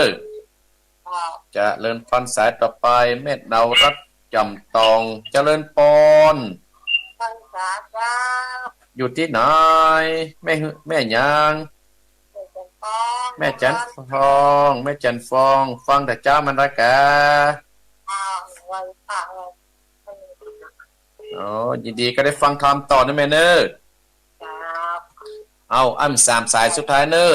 เจริญปอนสายต่อไปสายที่1เจริญปอน แต่ว่าจะเจ้าได้คุ้มกันกับเจ้าเจ้า แม่บัวผานแม่ผาน ฟังแต่เจ้าละเนอ ฟังแต่เจ้าละเน้อได้ฟังธรรมเนี่ยทำตับเตา เจ้าแต่ว่าจะเจ้าเนี่ย เจริญปอนแม่ผานถ้าจบตอนนี้กล้าตี5แล้วเนี่ยได้ขอบคุณสถานีต่อไปประเดี๋ยวได้ตี5แล้วเนี่ยพอจะโทรกันโทร2สายเทียบตามมาว่าบัด2สายสุดท้ายสายข้าม2สาย082885725พอจะโทรกับโทรเนอร์แล้วอาตมาภาพเต้ทำได้ปิดโทรศัพท์เลยจะพูดจาต่อไปโทรมาได้เลย0828527225 หมดแล้วก้าเนี่ยมูนั้นไปไหนมาตื่นได้ก้าตื่นเนอะมีไพโตอาตมาภาพจะเอาทำมาอ่านแล้วจะเอาทำมาอ่านแล้วเนอะสถานญาติโยมเนาะวันนี้จะเอาทำเรื่องเบาน้อยกินควานผูกต้วน2 เอาเลยเนอะสตาร์ญาติโยมผ่านมาต้องโทรเลยเนอะถ้าโทรนี่บัดได้นะเป็นศูนย์การตมาภาพเตธรรมเนาะเอามาต้องโทรแล้วเนอะสตาร์ญาติโยมเนาะก่อนที่จะเทศน้ำเทศธรรมเบาหน่วยกินขวานนี่อาตมาภาพขอขอบพระคุณเจ้าของสถานีวิทยุที่รับเครือข่ายจากวัดปากตังเจริญนั่นก็ตั้งเวลาแต่5 ถึง 7 โมงอาตมาภาพจะอยู่แหม1 ชั่วโมงเนอะสตาร์ญาติโยมก็มีสถานีวิทยุบ้านทุ่งเรดิโอ FM 89.50 อำเภอสันปะตองจังหวัดเชียงใหม่2 สถานีวิทยุขึ้นธรรมะของชุมชนวัดห้วยตองซัก FM 98.75 อำเภอจอมทองจังหวัดเชียงใหม่3 สถานีวิทยุเวียงป่าเป้าเรดิโอ FM 90.00 เวียงป่าเป้าจังหวัดเชียงรายและสถานีวิทยุคณะสงฆ์อำเภอฝาง FM 100.25 อำเภอฝางจังหวัดเชียงใหม่และสถานีวิทยุมูลเสียงธรรมวัดบุพารามอำเภอแม่แจ่ม 106.25 และสถานีวิทยุชุมชนโคนเมืองลี้อำเภอลี้จังหวัดลำพูน FM 103.75 และสถานีวิทยุมูลเสียงธรรมวัดจาน 103.50 อำเภอกันรยานิวัฒน์และสถานีวิทยุชุมชนคนนาน้อยอำเภอนาน้อยจังหวัดน่าน FM 91.50 และสถานีวิทยุศรีคำเรดิโออำเภอเวียงสาจังหวัดน่าน FM 92.50 และสถานีวิทยุมูลเสียง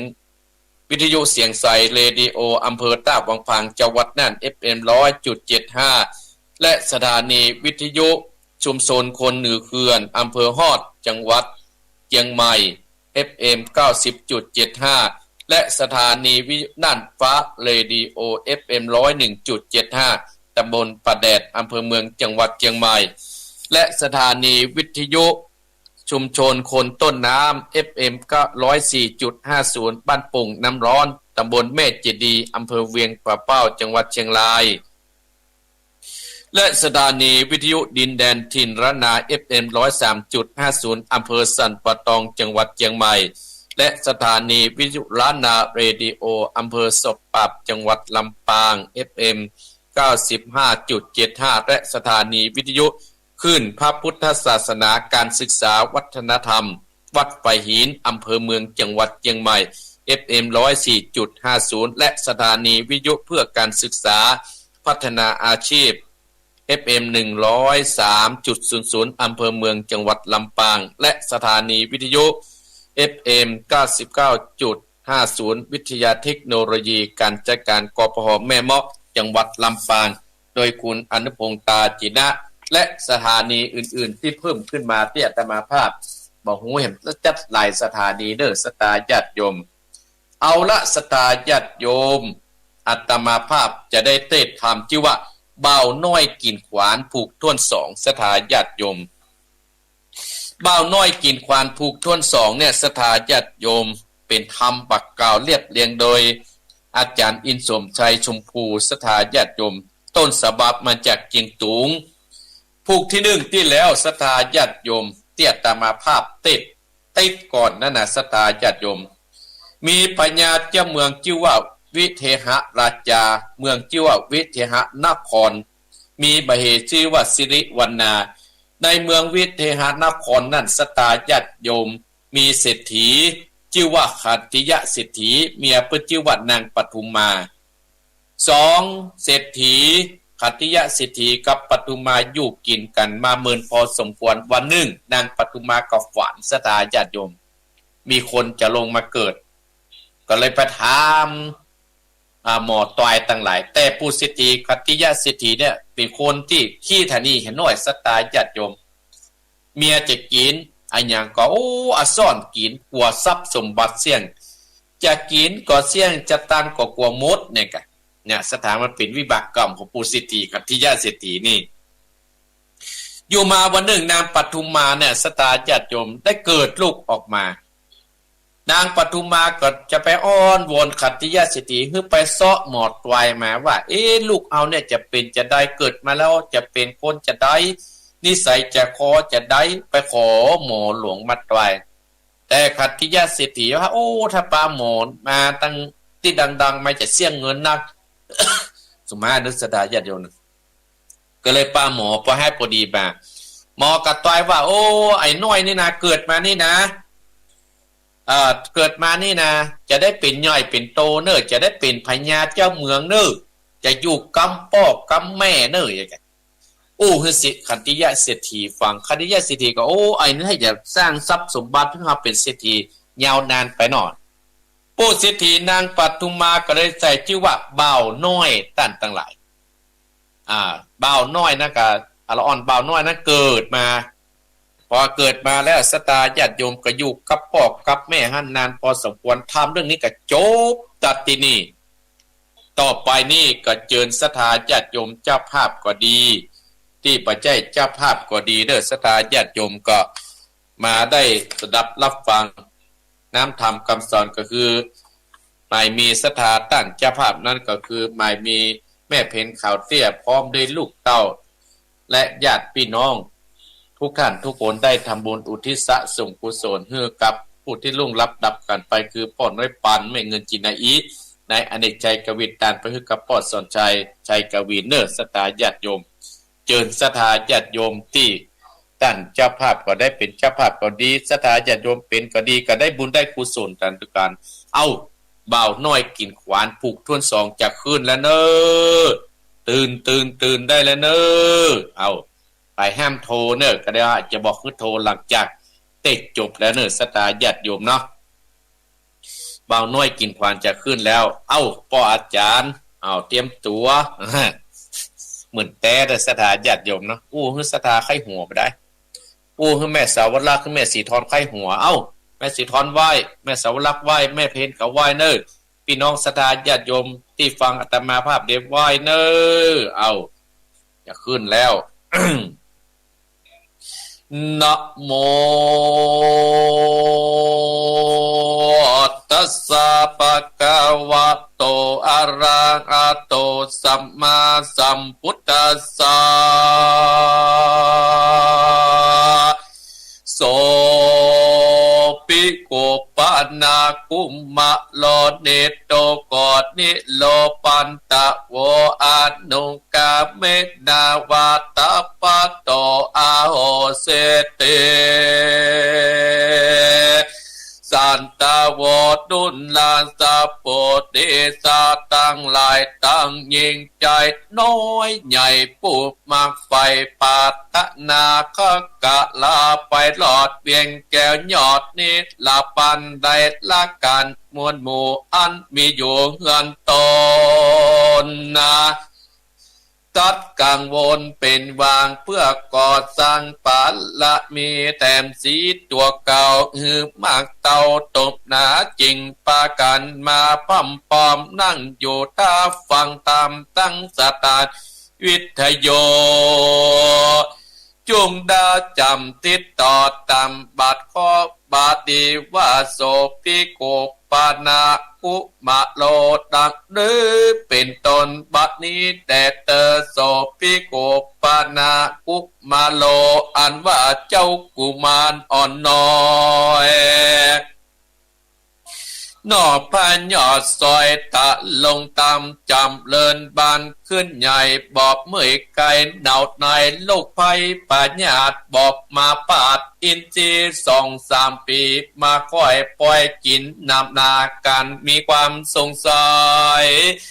ไหลหลากคับ1หากกินเขา7หายยังบอดตันเต็มใจอิ่มต้อยไปแถม1กองตีหลีปูเสียตีกันติยาสัตตาพอลูกตาก็มีความกฎหมายคะนิ่งใจว่าเป็นสันได้ใจลูกบ่ใจลูกเต่าคนนี้หมอดตายบอกว่าจักได้เป็นใหญ่ปัตตาวีบุญมันมีหลักลำจักมากำสมปานนาเงินคำการมากเต่ายิ่งกว่าเก่าตมนาจุ่มปะแย่ต่างเต่า101เต่าเป็นใบจักมาตาไว้กับไว้ยอมอยู่ใต้ปัดละมีหมดปลายดีเป็นแม่นเตียงบ่แม่นตามกรรมมา เหตุนามันกินนำจุกาบกินสวาบหรือประมาณหรือผีไปเป็ดมาอาเป็ดเป็นคนหรือผีตาโดนกำหยาบตายละศาสตร์เหมือนมานบอกมีวงวานลูกเต่าจากตันหันเข้าไปหาตาดิมาใส่แสงเกิดเป็นลูกเองตนบอดใจมาจุช่วยกรรมแต่น้ำซ้ำมาไหวกูเที่ยง10ไอตกดอยไอลูกน้อยกาลีปู่เสดเหเงินใหญ่ขาดนิ่งก้อยไปมาหยับนอนนาลูกน้อยป้อยเก่าต่อยถึงบอกแม่บุญจูแม่เจ้าลูกอยากกินเกาเดือดแตงเข้าเอาแกงมีอยู่จุงแม่ตาซานำมากากินอยากได้จ้าบัดเดียวตุกเป็นเปียวทุงตองต่อในต้องไหลตีปู่เสตีผู้เป็นป่อฟังลูกน้อยหนออุจาอินเกืองกาไม่มาดกดขนาดเหลือประมาณนาผู้เสตีจิงกว้างมวยเขียนกาไปตอดหน้าตะปันแล้วไข่กำตอดต่อยไอ้ลูกน้อยสะมานเบิ้งจุงกินควานมวยนิดเล่าเที่ยงอิ่มเก่าดีใจหนอโมดีบุญใหญ่กอดรับไว้บัดเดียวและรีบเลี้ยวเกลียวกันขาบคบมุ้ยขาบลงคอว่าครับบ่ปอจะกินคออิ่มหลายอันเศรษฐีอันตอดนาตกขาป้านานามว่าสันได้จ้าเด็กน้อยคบเอาขวานมุ้ยคืนกินบ่ใจคนนาเดินดินแต่ใส่เป็นผีพายและกดดงเย็นหรือเป็นยักษ์เป็นเย็นไปเป็ดอามาอาเป็ดเป็นคนเกิดเป็นตนลูกเต่าได้ถูกตั้งไว้เดินหลายปีแต่เล่าเขาของเก่าขืนคำมามีนามนาไหลลาเที่ยงจากภาพบางตาไปลุนเมื่อซอยกูเที่ยงตกต่อยตาโดนโมคอเนื้อเต่าดาวตาข้าวเที่ยงเล่านาจากก่อนจักเอามันเลี้ยงไว้บอกอ่อนได้เป็นโกนนาบ่ใจมาหนุนเตรียมแดงเต้ามาใส่บาใส่แองอาศัยกินเข้าปัจจัยกอบน้ำซ้ำเสียม30หมายควรออกผู้ไปแต่งสร้างมันมวยมังตายเป็นปีกูบ่อาวรโศกเจ้าจักเหมือนเต้าอย่าไปยำนอนนางป่าตูมายอดซอยอ่านลูกน้อยกินขวานมุยใจบอบบันสักกาดติดแต่หากก็กลัวปองนางก็หัวปนยอใจคำเตือกเปว่าจริงแข้งขาดจาดตั้งต่อซึ่งลูกน้อยนอดจะใส่ใจว่าเป็นสันใดลูกถึงมากินแป้งเข้าปล่อยกินควานดูลากแม่อาจกินยินกลัวแม่นตัวลูกเต่าจะกินข้าวไหลหายบอกมีไปจับปากแม่จักยินดีข้าเฮาบอกไหลนาให้มีไหลเส้มจะย้ายเป็นตาตั้งไปหน้าและหลานเงินคำใดแลบอกแปดดีเลยกันเจ้าบุญมีด้วยอ่อนตั้งอุวานอ่อนในจิตในใจแต่ใครอยากตามจาประสงค์ตะโตตัดนั้นเป็นเก่าดอกพระเจ้าชิ้นนับมันลวดได้นำมาก่อนชื่อว่าไอ้บ่าวน้อยกินควานย้อนว่ามีป่อใจหานกดมิงสัตว์กวางควานไปใจนั้นแหละนาเอกติวัดสังยังมีสิทธิตึงใจเงินนักหนาใจปัตตานีกิยาไปเกาะมีใจตันหลอกกับนางหนอดเน่าเมียแปลงวัดดูลาสีกำแดงเฮ้ยยอดซอยลูกอ่อนหน่อยมึงบอกมีดังมีใจจังแต่สาเที่ยงบอดใดใจเป็นคนเป็นผีไปสนปากกว้างผีตาตั้งสว่างทานผีตกปันไปเป็ดตะแหลงเป็ดบางตาเอ็ดว่ากินเข้านาเสียงมาหลายหลังมาหลายหลองมาช่วยเสียงโดยสามบัดใจมากรรมตัวกูแต่โบราณปานก่อนก็บ่อ่อนเคยหาน คอยบอกขอบอกเล่าเช่นป่อเตาพิตากันว่าหมูเฮาเลี้ยงไว้ขึ้นใหญ่ไปโลนบ่เป็นกุลแต่โจดเตี้ยงมีโตดตยมาตั้งไอ้นาใหญ่กว่างตั้งจังมางัวควายเตี้ยงจักไตไว้วานมนเสียงกะจุปะกันบ่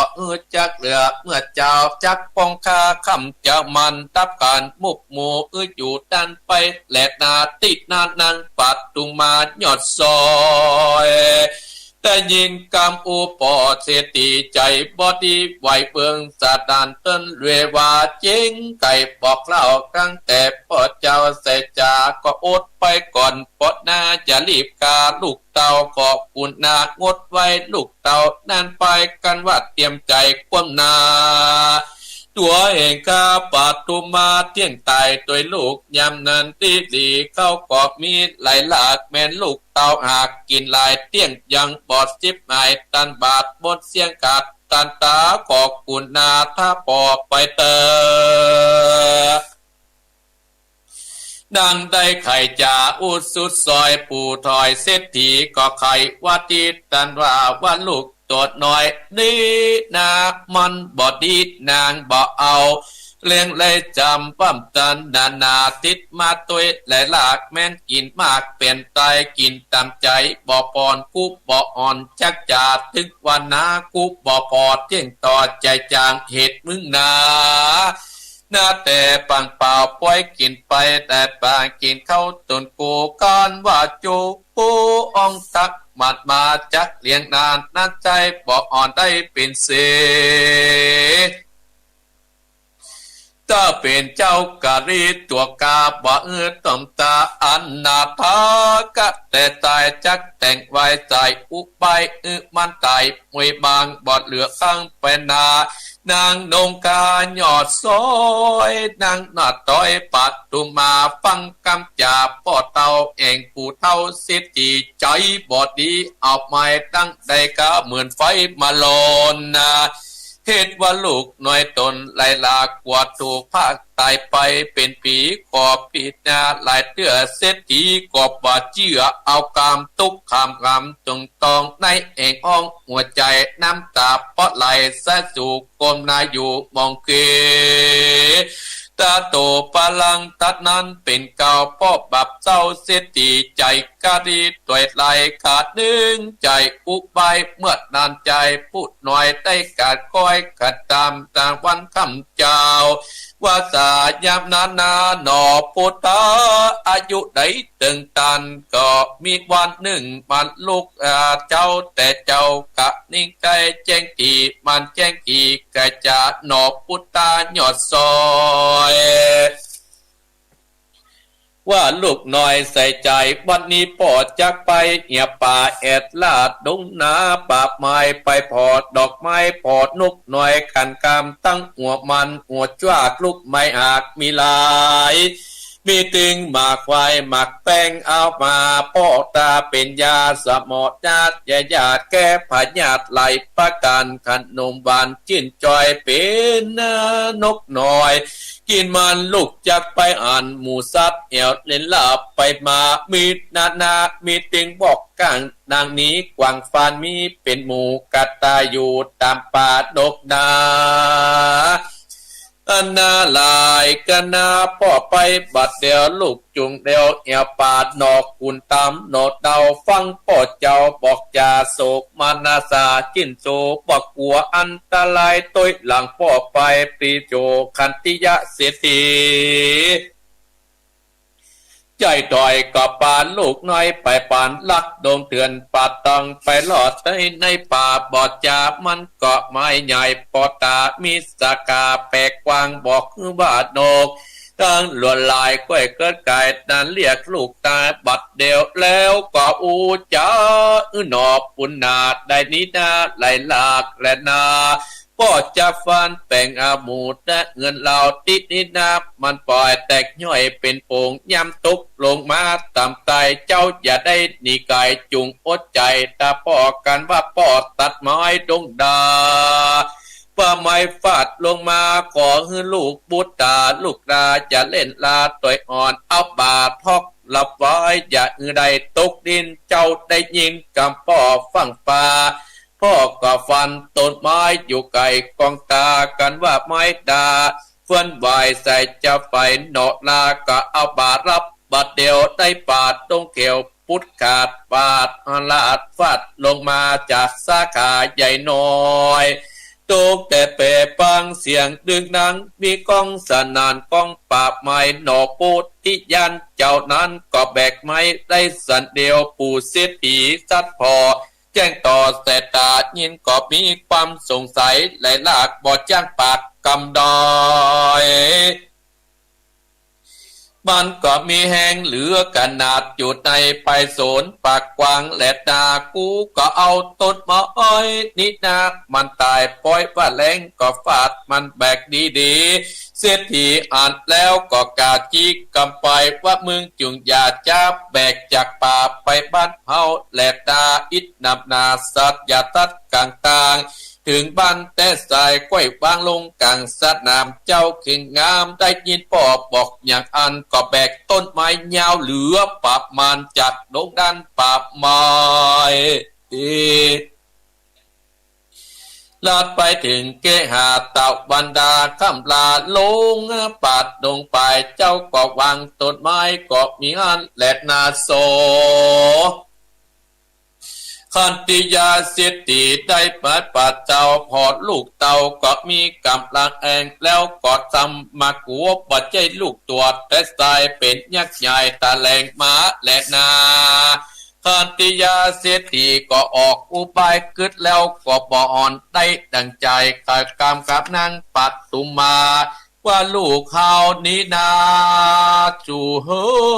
ยแห่งมันนักขนาดกูคำจับแต่งใจแบกไม้มาจากป่ามาถึงบ่อาจละเงินตนบ่ใจคนลูกตายมันต้องเป็นยักษ์แน่นอ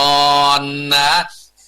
กันมาเดินจาเที่ยงจาคาตัวหมูเฮาตั้นตั้งหลายขันติยะเสียทีเก่าก็สุดเสียงกามนั่งปัดตุมาน้อยหนอกบอดตันหลอกกำได้เหตุมีใจไหวเบิ้งบัดตัดตึงเววาย้อนเสเนอาลูกน้อยแก้ววอบหอมอลัดนาอาวอนแลดนาอาทิฐานบุญสมปันมากกว้างและจุงกาวช่วยกรรมลูกลำอันตรายอย่าได้ไก่ดวนซานตั้งอยู่เมื่อนานนางก็อธิษฐานทุกคำเจ้าลูกเต้าอยู่สวัสดีก็มีอันและนะยังมีวันหนึ่งปู่เท่าเศรษฐีก็ไขวัดดีเก่าโอนางกินกูนางปัดตุมานางสีโสปาน้อยนาดฟุกเจ้าเล็กนาจุงปากันตัวตายเอาลูกน้อยนี้จากเฮือนแล้วลงไปที่แม่น้ำกงกาตะลิเล่นอาบน้ำที่หานแล้วก็ฮึสุขสำราญข้านั้นจะไปดานอีใหญ่ปาดลงอันมาปงทับตัวลูกน้อยตาย ผู้เศรษฐีบับใบตกอยู่ใต้ตาสองตาแดงกำและนาปานหมายกล่าวเฮ้อแม่เศรษฐีปทุมาฟังหนอกคุณทำบุญใหญ่บ่หูก้อยขี้ญาว่าพ่อปราหยับจาพองคำคาตาโตนเกี่ยงจักกว่าตะวัดและดีหลีกันลาตีไกลลงตะวันพดออกมากินข้าวแล้วก็ปาลูกแก้วคำใจไปปั่นเอี่ยวเล่นวิ่งเต้นไปมาตามพื้นแจกหาหนีบอกห่างไกลถึงตะวันใต้เตี้ยงก็ปากอนนะฮีไปป้องก็อนอปัตตุมาเกาจีอันตีเมื่อคืนวันบ่อนและดาก็กำแขนลูกเต่าไปอาบน้ำเจ้าตะเขียวและอายุได้16 ปีกว่าเก่าปกปราคูเจ้าตั้งตะอุบายช่วยนั่นแหละบุตรจะต่อยเลิศก้อยปาตะวันสวดสดีเจ้าของมีแต่ก่อนเสียงก่อนเล่มสางลวดขวางลงนาตั้งวันกันแล้วก็นาต้านตั้งหลายเฮ้ยจากเกหาเองห้องเตือนป้องลงไปยักตาใส่มามาบกับมันกินเสือบนดินปากกวางกินลูกเต่าและนา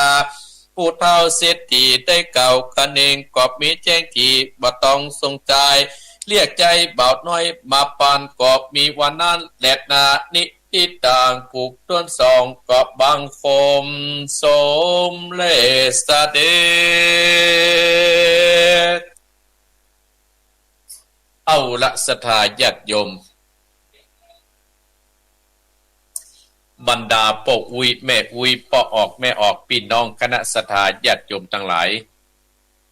อาตมาภาพได้อยู่กับศรัทธาได้1 ชั่วโมงครึ่งและศรัทธาญาติโยมได้เต็ดธรรมที่ว่าเบาน้อยกินขวานบ้านเฮาว่าเบาน้อยกินมุยนะผูกต้นสองจบไปในธรรมเรื่องนี้มันก็มีเรื่องเล่าอยู่ว่าศรัทธาญาติโยมในเมืองวิเทหนครนั่นก็มีพ่อสิทธิชื่อว่าขันติยะสิทธิเจ้าในมีปู่สิทธิชื่อว่าขันติยะสิทธิและเมียของเปิ้นชื่อว่านางปทุมมาขันติยะสิทธิปู่สิทธิเนี่ยเป็นคนขี้จิศรัทธาญาติโยม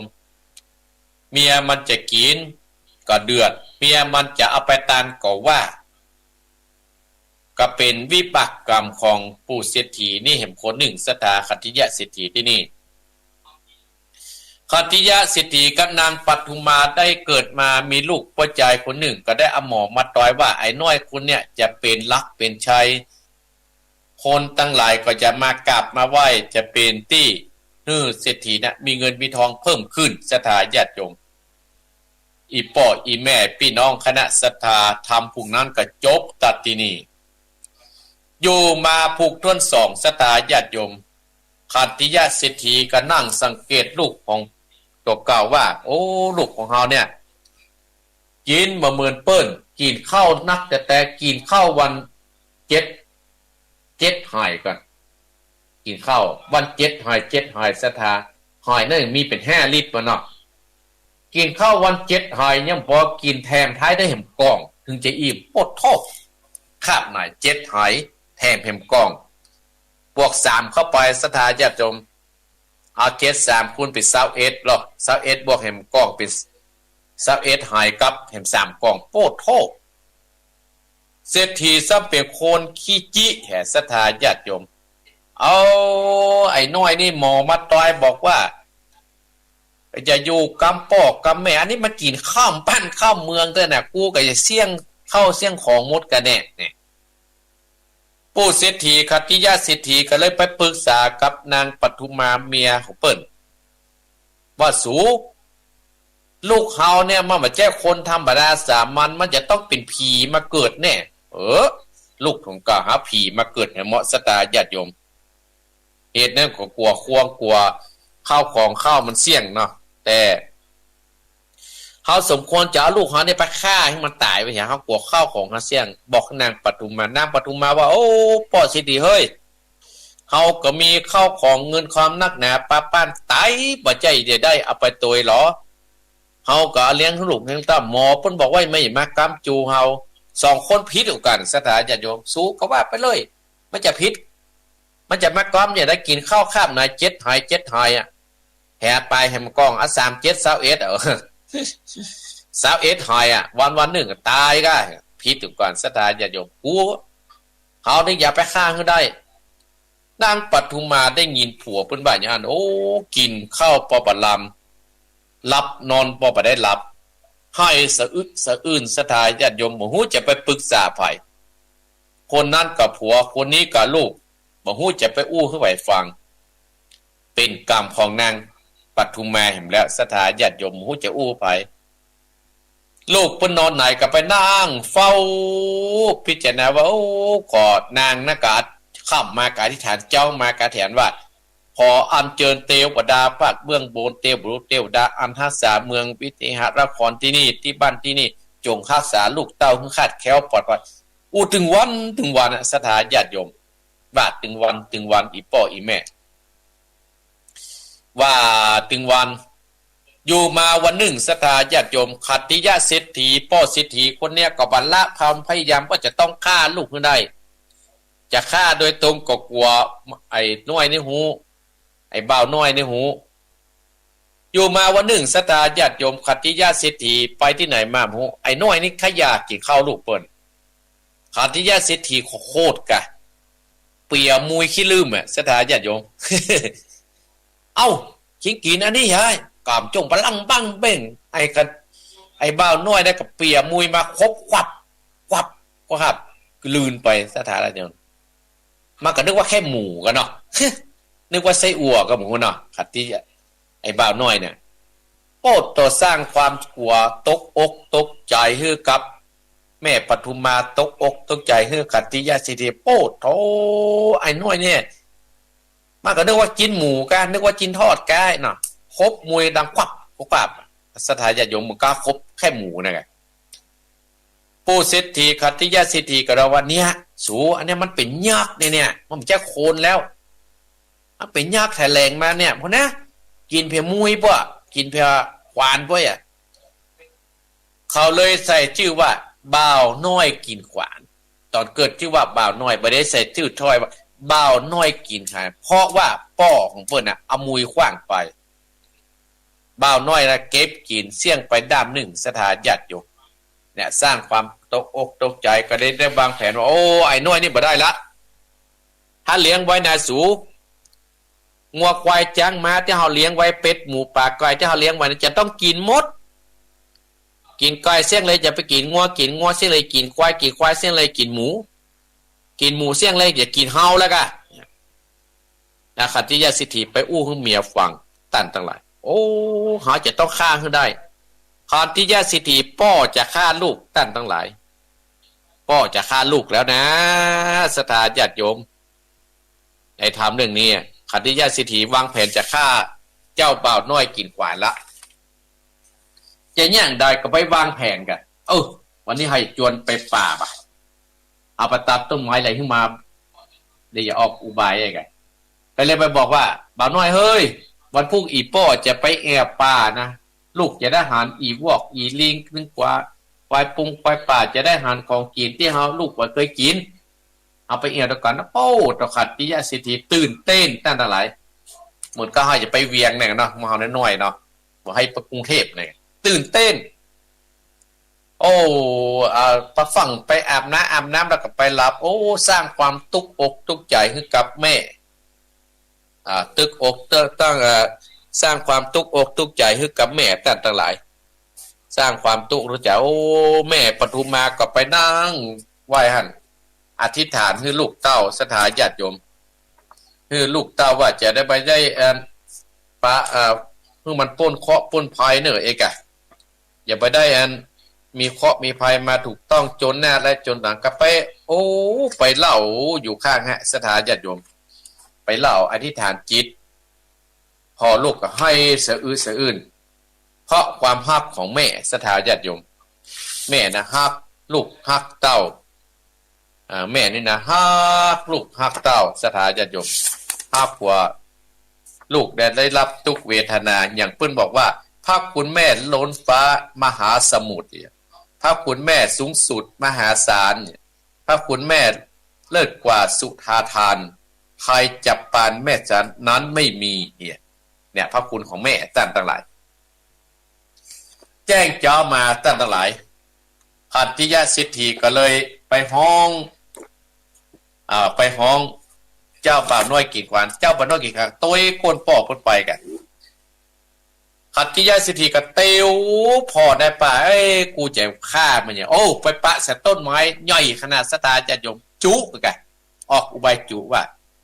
เจ้าบ่าวน้อยเฮ้ยลูกป่อที่ฮักของอีป่อเวลาป่อได้นะฟันต้นไม้ลูกจะไปหนีไปไหนเนอะถ้าต้นไม้จะโค่นลงมานะเพื่อลูกนะเอาบ่าไปทอกเนอะเอาบ่าไปทอกเนอะไอ้กับสถาญาติโยมเอาบ่าไปทอกเอาเนอะไอ้กับเอาบ่าไปทอกเอาไอ้กับเอาบ่าไปทอกอย่าไปโทรเนอะอาตมาภาพกำลังสรุปทำลืมไปแล้วฮะโทรตะกี้ สมาเนี่ยสถาอาตมาผิดมันนะก็เลยบอกว่าก็เลยบอกว่าโอ้อาบาปะทอกเนอะคันที่เจ้าบ่าวน้อยกินควายกับฟังกระป๋อเนี่ยเดินหาป๋อเหมือนกระป๋อว่าน้อยเนี่ยมันจะเอาไปแปลงห้างหมูเพื่อหมูกินน้ำมันจะแล้วเนี่ย ฟอนเนี่ยสถานไม้ก็โกนลงมาเจ้าบ่าวน้อยก็เอาแหงน่ะโดดไปฮับเอากะโอ้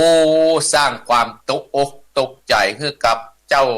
พ่อเศรษฐีขัตติยเศรษฐีเป็นอย่างมากเอาไม้กับก้นบัดตายซ้ำอาบามาทอกเสมอเป็นสักอย่างเห็นมั้ยเนี่ยพระเอกมันนึกบัดตายสตายญาติโยมพ่อเศรษฐีก็เลยว่าเอ้ยเจ้าบ่าวน้อยแบกไม้นี่นะไปบ้านเฮาเลยห้ามเอาวางที่ไหนเนอะถ้าเอาวางมันจะรู้มันจะฮักคือมึงน่ะเอาไปลงปึ้นหน้าบ้านเฮาปุ้นห้ามเอาวางกะตั้งอีทกับห้ามยังตอกมาขี่ลูกมันใครให้ลูกมันตายถ้าอย่างมันสมัยประเดี๋ยวนี้ถ้าใครลูกมันตายเขาได้สมาชิกเนาะทกสเนาะ แต่สมัยก่อนมันมีสถานจะฆ่าทีก็เพราะว่ากลัวข้าวของมันเสี่ยงเพราะว่าผู้เศรษฐีมีความตานีกลัวข้าวของมันเสี่ยงสตาญาติโยมเจ้าบ่าวน้อยกินควายกระแบกต้นไม้ใหญ่นะปิ๊กไปถึงบ้านปุ่นเอาลงที่บ้านมันตั้มเอาปดสนั่นหวั่นไหวแม่มันก็มาพอโอ้ไอ้น้อยนี่เก่งแท้เก่งว่ามีแหงนักขนาดแต่ขัตติยเศรษฐีก็วันแล้วจ่ายสถาไปลากแขนเมียมือสูมานี่จะอู้ฟังมันบัดใจลูกเขาแน่เนี่ยที่อยู่บ้านในที่กินไปมันเป็นผีมันมีภายใต้หนังข้าวของเมื่อกี้นะประเด็นนี้ถ้าเป็นยากให้หมอไปในป่าเนี่ยแห่มือมันจะต้องกินเฮานะเพราะใส่ความลูกตัวเก่าเอาใส่ความลูกตัวเก่าโอ้ตันตลาดจะฆ่าลูกติ๊กๆอ่ะกูดว่าจะวางแผนฆ่าลูกเอาเนาะกูดจะได้นอนจะได้โอ้กินข้าวไงแล้วก็บอกว่าสูวันนี้นางเฮาจะวางแผนทำไมแต่ว่าบ่ได้การบ่ได้เมาแค่นี้การจะฆ่าลูกติ๊กๆการบ่ได้ไปหน่อยละเอาเพื่อสูเอาลูกไปเล่นที่น้ำเน้อแล้วให้ขึ้นไปอยู่กลางป่ายบนดอยมันนะที่น้ำตกขนาดให้กิ้งไปหิมบาพาเนี่ยกิ้งทับมันตายเขาเลยตายที่น้ำตกเขาเลยดอกแม่ปทุมมาได้ยินอ่านโอ้กับไปดีอินดูสตาญาติโยมอินดูลูกน้ำตาให้จะไปอู้ฮื้อไผก็บ่ได้อีพ่ออีแม่เอาแจ้งเจ้ามากินข้าวอินนำ3 ล้านเจ้าบ่าวน้อยกินขวานมาหู้เรื่องหู้แล้วก็โล่นเล่นตามพื้นกระลากแต่ควายมาเตี้ยงมานัดตึงนางปทุมมาล่ะนางปทุมมาเมียฮักของขัตติยสิทธิ์ไปเนี้ยก็บ่ได้เหมาะสดาญาติโยมอันนั้นกับผัวนี่กับลูกก็ตามใจผัวเอาบุญปิดที่ตั้งหลักมาในใจปากันถึงเตี้ยงมากับปากันไปเล่นที่น้ำตกแต้นทั้งหลายส่วนขัตติยสิทธิผู้สิทธิขึ้นไปอยู่ทางบนดอยพุ่นละเซาะปะผามาไว้ละจะกิ้งปะพายก้อนเนี้ยทับลูกของมันญาติโยมทั้งหลายคันเจ้าบ่าวน้อยกับแม่ของเปิ้นก็เล่นน้ำสนุกสนานแต่นางก็เล่นไปอย่างอันสถาญาติโยมกลัวผัวด่าเพราะว่าเห็นมาหนึ่งก็อีดูลูกเล่นไปฮะเล่นไปเล่นมาอยู่ฮะนะได้โอกาสอีพ่ออีแม่พี่น้องคณะสตาญาติโยมถึงเวลาแล้วถึงเวลาที่จะได้ฆ่าเจ้าบ่าวน้อยกิ่งขวานแล้วผู้เศรษฐีก็กิ้งไปหินตะบนมากับปะพาว่ากิ้งมากระล่มเจ้าคันบ่าวน้อยกิ่งขวานหานแล้วโอ้กลัวไปหินนั่นน่ะจะมาทับแม่บังเกิดก้าวกันโลดด้วยดวดโล่นไปทับเอาไปหินนั่นน่ะท่านทั้งหลายอาบ้าเขาทอกอ่ะโอ้บอกไอ้แม่ไปหินนี่งามแตะงามว่าเอ้ยหมอลูกจะไปไว้ที่บ้านเนาะไปประดับบ้านนะโป้ยกไปหินนั่นไปไว้บ้านโป้เศรษฐีสถาญาติโยมโอ้อีพ่ออีแม่บรรดาสตาเอาไม้ก้นใส่กระไดเอาบาพากิ้งใส่กระไดบ่าวน้อยก็บ่ตายลูกของเปิ้นก็ตายไอ้บ่าวน้อยก็หมูเรื่องแบกไปหินไปไว้ที่บ้านปู่เศรษฐีเหมาะปู่เศรษฐีก็บ่ลดละอีพ่ออีแม่พี่น้องคณะสตาญาติโยมว่าบ่ได้ไอ้นี่มันต้องเป็นยักษ์แน่สูเอาต้องฆ่าให้ได้วางแผนให้เหมาะสตาญาติโยมจะไปป่วยที่หมูยักษ์จะไปป่วยที่เสือหรือเสือกินไหมฮะวางแผนตั้งตลาดนอนรับวางแผนไปผู้เศรษฐีกับที่แย่พอเปิดปิดผมบ่ต้องเพราะว่าจะฆ่าลูกก็ฆ่าบ่ได้มอเป็นกำกืดสตาญาติโยมแม่เศรษฐีก็ได้กระห้อยหมูจะช่วยอย่างใด ตกแจ้งเจ้ามาศรัทธาญาติโยม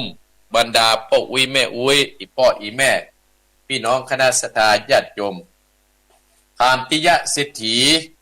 ก็จะนำเจ้าบ่าวน้อยกินขวานเนี่ยไปในป่าไปเซาะที่มียักษ์อยู่ไปเซาะที่มีเสือไปเซาะที่มีสิงโตอยู่คือหมู่นี้ฆ่าเจ้าบ่าวน้อยกินขวานทำเรื่องนี้ก็จบ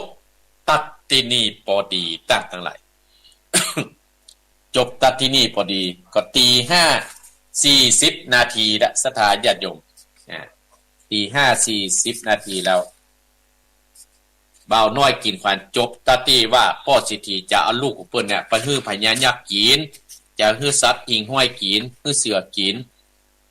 ทำบ่าวน้อยกินขวานจบตัดที่นี่แล้วเนอะแม่น้อยแม่เพนเนอร์จบที่นี่แล้วแม่เพนก็เกียมน้ำหยัดเล่าไว้เนอะคำเดียวนะเอาละศรัทธาญาติโยมบ่าวน้อยกินขวานจบที่นี่ไผฟัง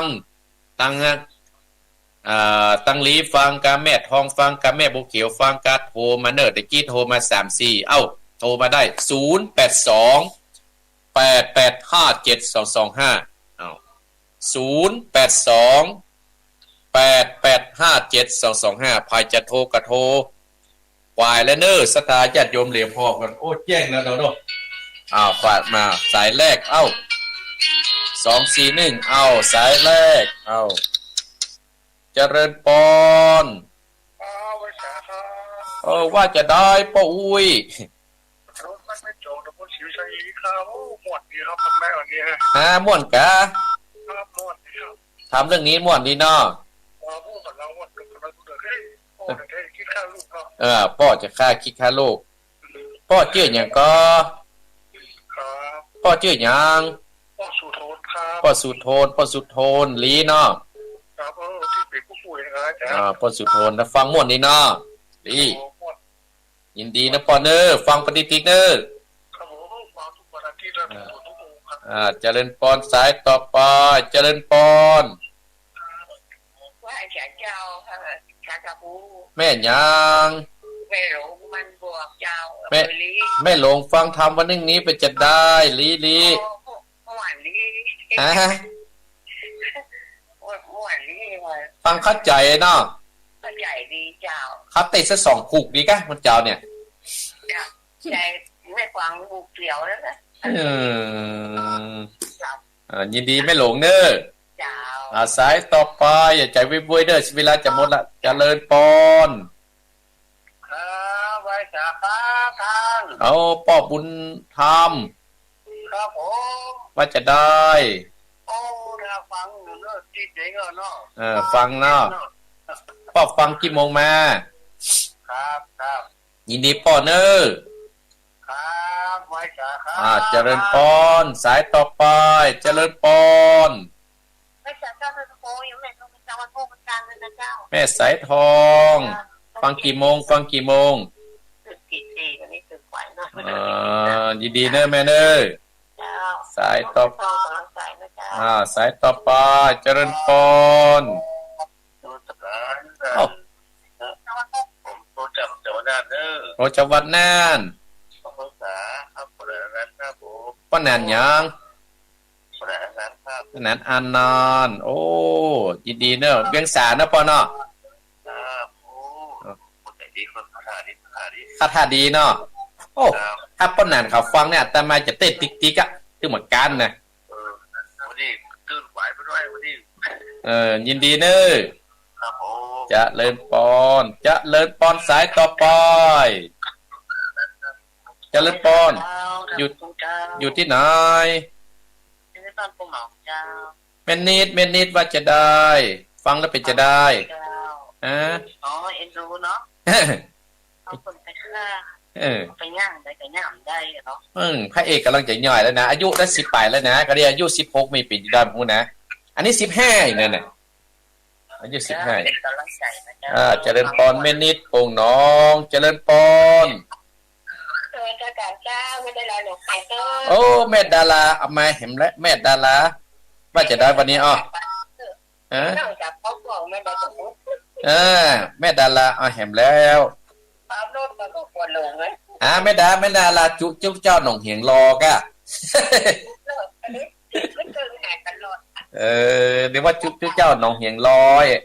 แม่ที่ไหนก็ว่าโอ้โหมันยังว่าหมดแดงหมดว่าเราของเราใจชัดเจนชัดแจ๋วแท้เลย อี เออ ยินดีเด้อแม่ดาราเด้อ แท้ตัวแต่ตัวเอาลูกจะได้หอนอยู่มาแต่บอกว่า เจริญปอนแม่เด้อ ใช่ว่าแต่ว่าแต่ตัวเนอะขอบใจชัดเจนอย่างเดียวหมดแดงหมดว่า ขอบคุณแม่ดาราเด้อ ทุกคนเก็บไปได้คุยเนอะ ขอบคุณเจริญปอนสายต่อไป ไปสาเจ้าทางละคู แม่ยัง จากลำปางเจ้าแม่น้อยกูดีเจ้า แม่น้อยตะกี้นะแม่น้อยเนาะ เจ้าฟังตลอดเลยจนจบเลยเจ้า โอ้ดีดับไปน้อยว่าเป็ดจะได้หมุนกอ โอ้ม่วนดีเนาะ เฮ้อ ม่วนดีเจ้า บ่าวน้อยกินขวานนะไอ้บ่าวน้อยมาก็นึกว่ามันนึกว่าแค่หมูก็หาป้อมาโคตรเอามวยโจ่งเนาะครบควักยินดีนะแม่เด้อ เจ้าสาธุเลยไว้สาเจ้า เจริญปอนเจริญปอน เจ้าไว้สาเจ้า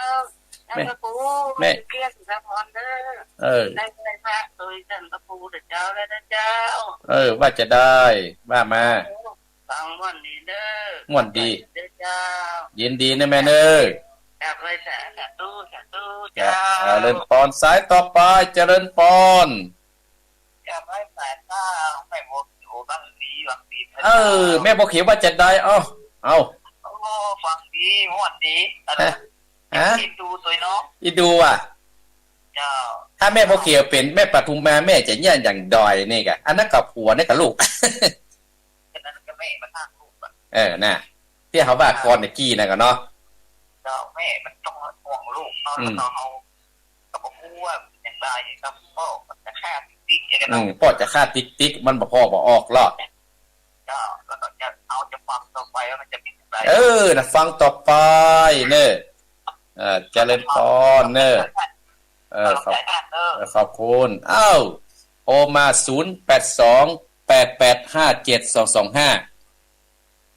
โปดทอกพ่อจะฆ่าเนาะอันหนึ่งกับแม่กับป้าบัญญัติกับมาได้ไอ้บ่าวน้อยกินกว่ากันนึกว่าเป็นแค่หมูก้าควักเลยเจริญพรแม่ยังในร้านกันต่อเจ้า แม่ยังก็ แม่เรือน แม่เรือนโอ้เสียงมันคล้ายกับแม่เรือนแสนต่อลำปางเนาะ เจ้า ยินดีนะแม่เนอ เจ้า ยินดีเจริญพรสายต่อไป0828857225เจริญพร เจ้าสาธุเจ้า แม่ยัง แม่น้อง แม่น้อม เจ้า แม่น้อมเวียงหนองร่อง เจ้า แม่ฟังแล้วเป็นอีกได้หนองร่อง โอ้ม่วนแต่ม่วนว่า หา เอ็นดูแต่ไปหินกันโยกได้แต่ต้นไม้ก้นกันยังเป็นบ้าทอกอยู่แต่ น่ะเน็ตเนี่ยเนาะเราฮอตายเนี่ยเนาะ เท่าเอานี่กันเลยแป๊ด ยินดีแม่น้อมฟังเด้อแม่น้อมฟังปลูกที่3เนอะไม่อย่างแย่งได้แหมเนอะยับจะกินได้ก่อฟังเนอะยินดีเนอะแม่น้อมเบียงหนองรอสายต่อไปเจริญปอนเจริญปอน ไหว้ศาลเจ้าท่านครู ว่าอยู่ไหน จากแม่วันดีบ้านลังกาถึงพนมบ้านลังกาเด้อ แม่วันดี ว่าจะได้แม่วันดีว่าจะได้ลูกคนแท้เลี้ยงคนมาแท้ๆมาน้ำน้อยมาจะฆ่าคนในนอกแน่กะ โอ้หันลูกได้ก็ได้ที่ก็เอาลูกเนาะมากับมันกินนอกกันแม่วันดีกินว่าข้ามนายเจ็ดหอยก็เห็นกล่องนะแม่คิดนะก็เป็นเศรษฐีก็ได้นี่น่ากะมันเป็นเศรษฐีขี้จี้เลยแม่เป็นเศรษฐีขี้จี้แม่วันดีจะไปขี้จี้เนอะยินดีเนอะยินดีเนอะเจริญพรแม่วันดีเจริญพรแม่ยังแม่เพนแม่เพนว่าจะได้เรื่องนี้เป็นได้ฮะ ตรง ดูยากมันเป็นปัจจัยจ้ะ ยินดีนะแม่เด้อเอาสายต่อไปจะเสี่ยงหมดเวลาแล้วใจเนอะเจริญปอน ครับไหว้สาจ้าพระอาจารย์ แม่หยังแม่หยัง ตู้จ้า แม่ตู้ว่าจะได้แม่ตู้ว่าจะได้อ้อ โอ้หวนที่วันท้องทำนี่กินดูป่ะเนาะ ไอ้ดูจะได้อีดูไผอีดูแม่อีดูแม่ว่าอีดูพ่อว่าอีดูลูก กินดูลูกเลยจ้ะ นึกว่าอีดูอีพ่ออ่ะ บ่ได้แต่อย่างลูกมันจะว่าเนาะ แต่มันกินนากแล้วไปคาบในเจ็ดหอยกันนั่นแหละตายแฮมก้องอ่ะ มันกินได้แหละ มันกินได้อะให้ย่างได้อ่ะอิดแง่เนอะนี่นะเนาะ เฮ้ยหวนนี่นะถ้าเดี๋ยวนี้รู้ใครเปลี่ยนเพิ่นนะ หาใครเต้นมันมวนหมอ เปลี่ยนเพิ่น ป้อกะแล้วเฮาก็อีทไก่แม่ ยินดีแม่ตัวเด้อ ไหนเนาะ เนี่ยยินดีสายต่อไปสายต่อไปเจริญปอนได้ยินครับเจริญปอน เจ้าได้ยินเจ้า อยู่ที่ไหน อยู่ลำปางเจ้า ลำปางแม่หยังแม่ อยู่ลำโชคหนองกระติงนี่เจ้า แม่หยังชื่อ น้องจำเนียนเจ้า แม่จำเนียนนี่ เจ้า จำเนียนฟังแล้วเป็นไงแม่จำเนียนเอา อินดูอยู่เนาะ ฮะ ลูกเนาะ น่ากะ อินดูลูกเปิ้นเนาะ อีดูลูกเปิ้น เจ้าแต่ฟอนพี่ไปเนาะ ขณะอีดูจะได้อีแม่มัดกินนากแล้วไปวันคาบน่ะเจ็ดหอยอ่ะถ้าป้ายแฮมก้องอ่ะ มันจะต้องนะกับว่าไม่แบ่งนักขนาดนั้นเป็นใจ มาซับกัวมันนึกว่าเป็นยักษ์มาการเราหรือว่าเป็นผีอ่ะเพราะมันจมฮะ ตัวลูกมันจะนั่นแหละแต่เจ้า น่ะเนาะมันเสียดายข้าวเสียดายของมันเนอะ เจ้า ยินดีอีแม่เนอะแม่จำเนียนเนอะ เจ้า จะเลินปอน เอ้าละสถาญาติโยมเวลาหมดเลยเนี่ยอาตมาอยู่พ่อ51ละเนอะสถาญาติโยมแค่นี้เนอะเอาเวลามันบัดเต้าเดียวกับเธอพอตั้งนึงก็เห็นอย่างเอ้าอาตมาภาพปิดโทรศัพท์เลยเนอะพอที่นาฬิกาของแฮม1กับ51แล้วท่านอาจารย์ก็จะตัดไปหาอาจารย์วรรณชัยต่อไปขอบคุณพ่อสุทนลีแม่ลุงลีพ่อบุญธรรมปงหนองแม่สายทอยห้วยการจังหวัดน่านพ่อนานอันนานแม่นิดปุ่งหนองแม่ดาสลับปีแม่ดาจุทุเจ้าหนองเหียงรอหลายเตื้อแล้วเนอ แม่น้อยลำปางแม่สุกแก้วศิลาพรแม่โบเขียวรีแม่เฮือนลำปางแม่น้องเวียงหนองล่องแม่วันดีเชียงไฮ้แม่เพนตาจางแม่ตุบ้านร้องและก็ลำปางแม่จำเนียนโอ้ศรัทธาญาติโยมเสียดายเนาะติดหน้าจะไปที่ไหนนั่งท่าหน้าวิทยุเนอ อาตมาภาพดีใจศรัทธาญาติโยมที่ได้เป็นกำลังอกกำลังใจให้กับอีพ่ออีแม่ทุกท่านทุกคนได้สดับรับฟังนะวันนี้จำใจต้องลาศรัทธาญาติโยมไปเสียก่อนวันหน้าปะตะมาปะไข่เห็นใหม่เนอศรัทธาญาติโยมเนาะเอาละเนอศรัทธาญาติโยมอาตมาภาพจะปั่นโจกปั่นใจปั่นปอนให้ศรัทธาตั้งอกได้ใจฮับปอนนะบัดนี้เนอติดหน้าปะกันแห่ใหม่ตี4ถึง6โมงเมื่อเจ้าลูกได้แล้วเนาะตั้งอกตั้งใจครับปอนเนอร์ไม่เพนเนอร์สัพปิติโยวิวัสสันตุสัพพะโรโกวินัสสันตุมาเต็มตรายโยสุขีติคายุโกภวะอภิวาทนาสีริสะนิจังอุตตาปัจจายโนจัตตารโอธรรมาวัฏันติอายุวันโนสุขังปะลัง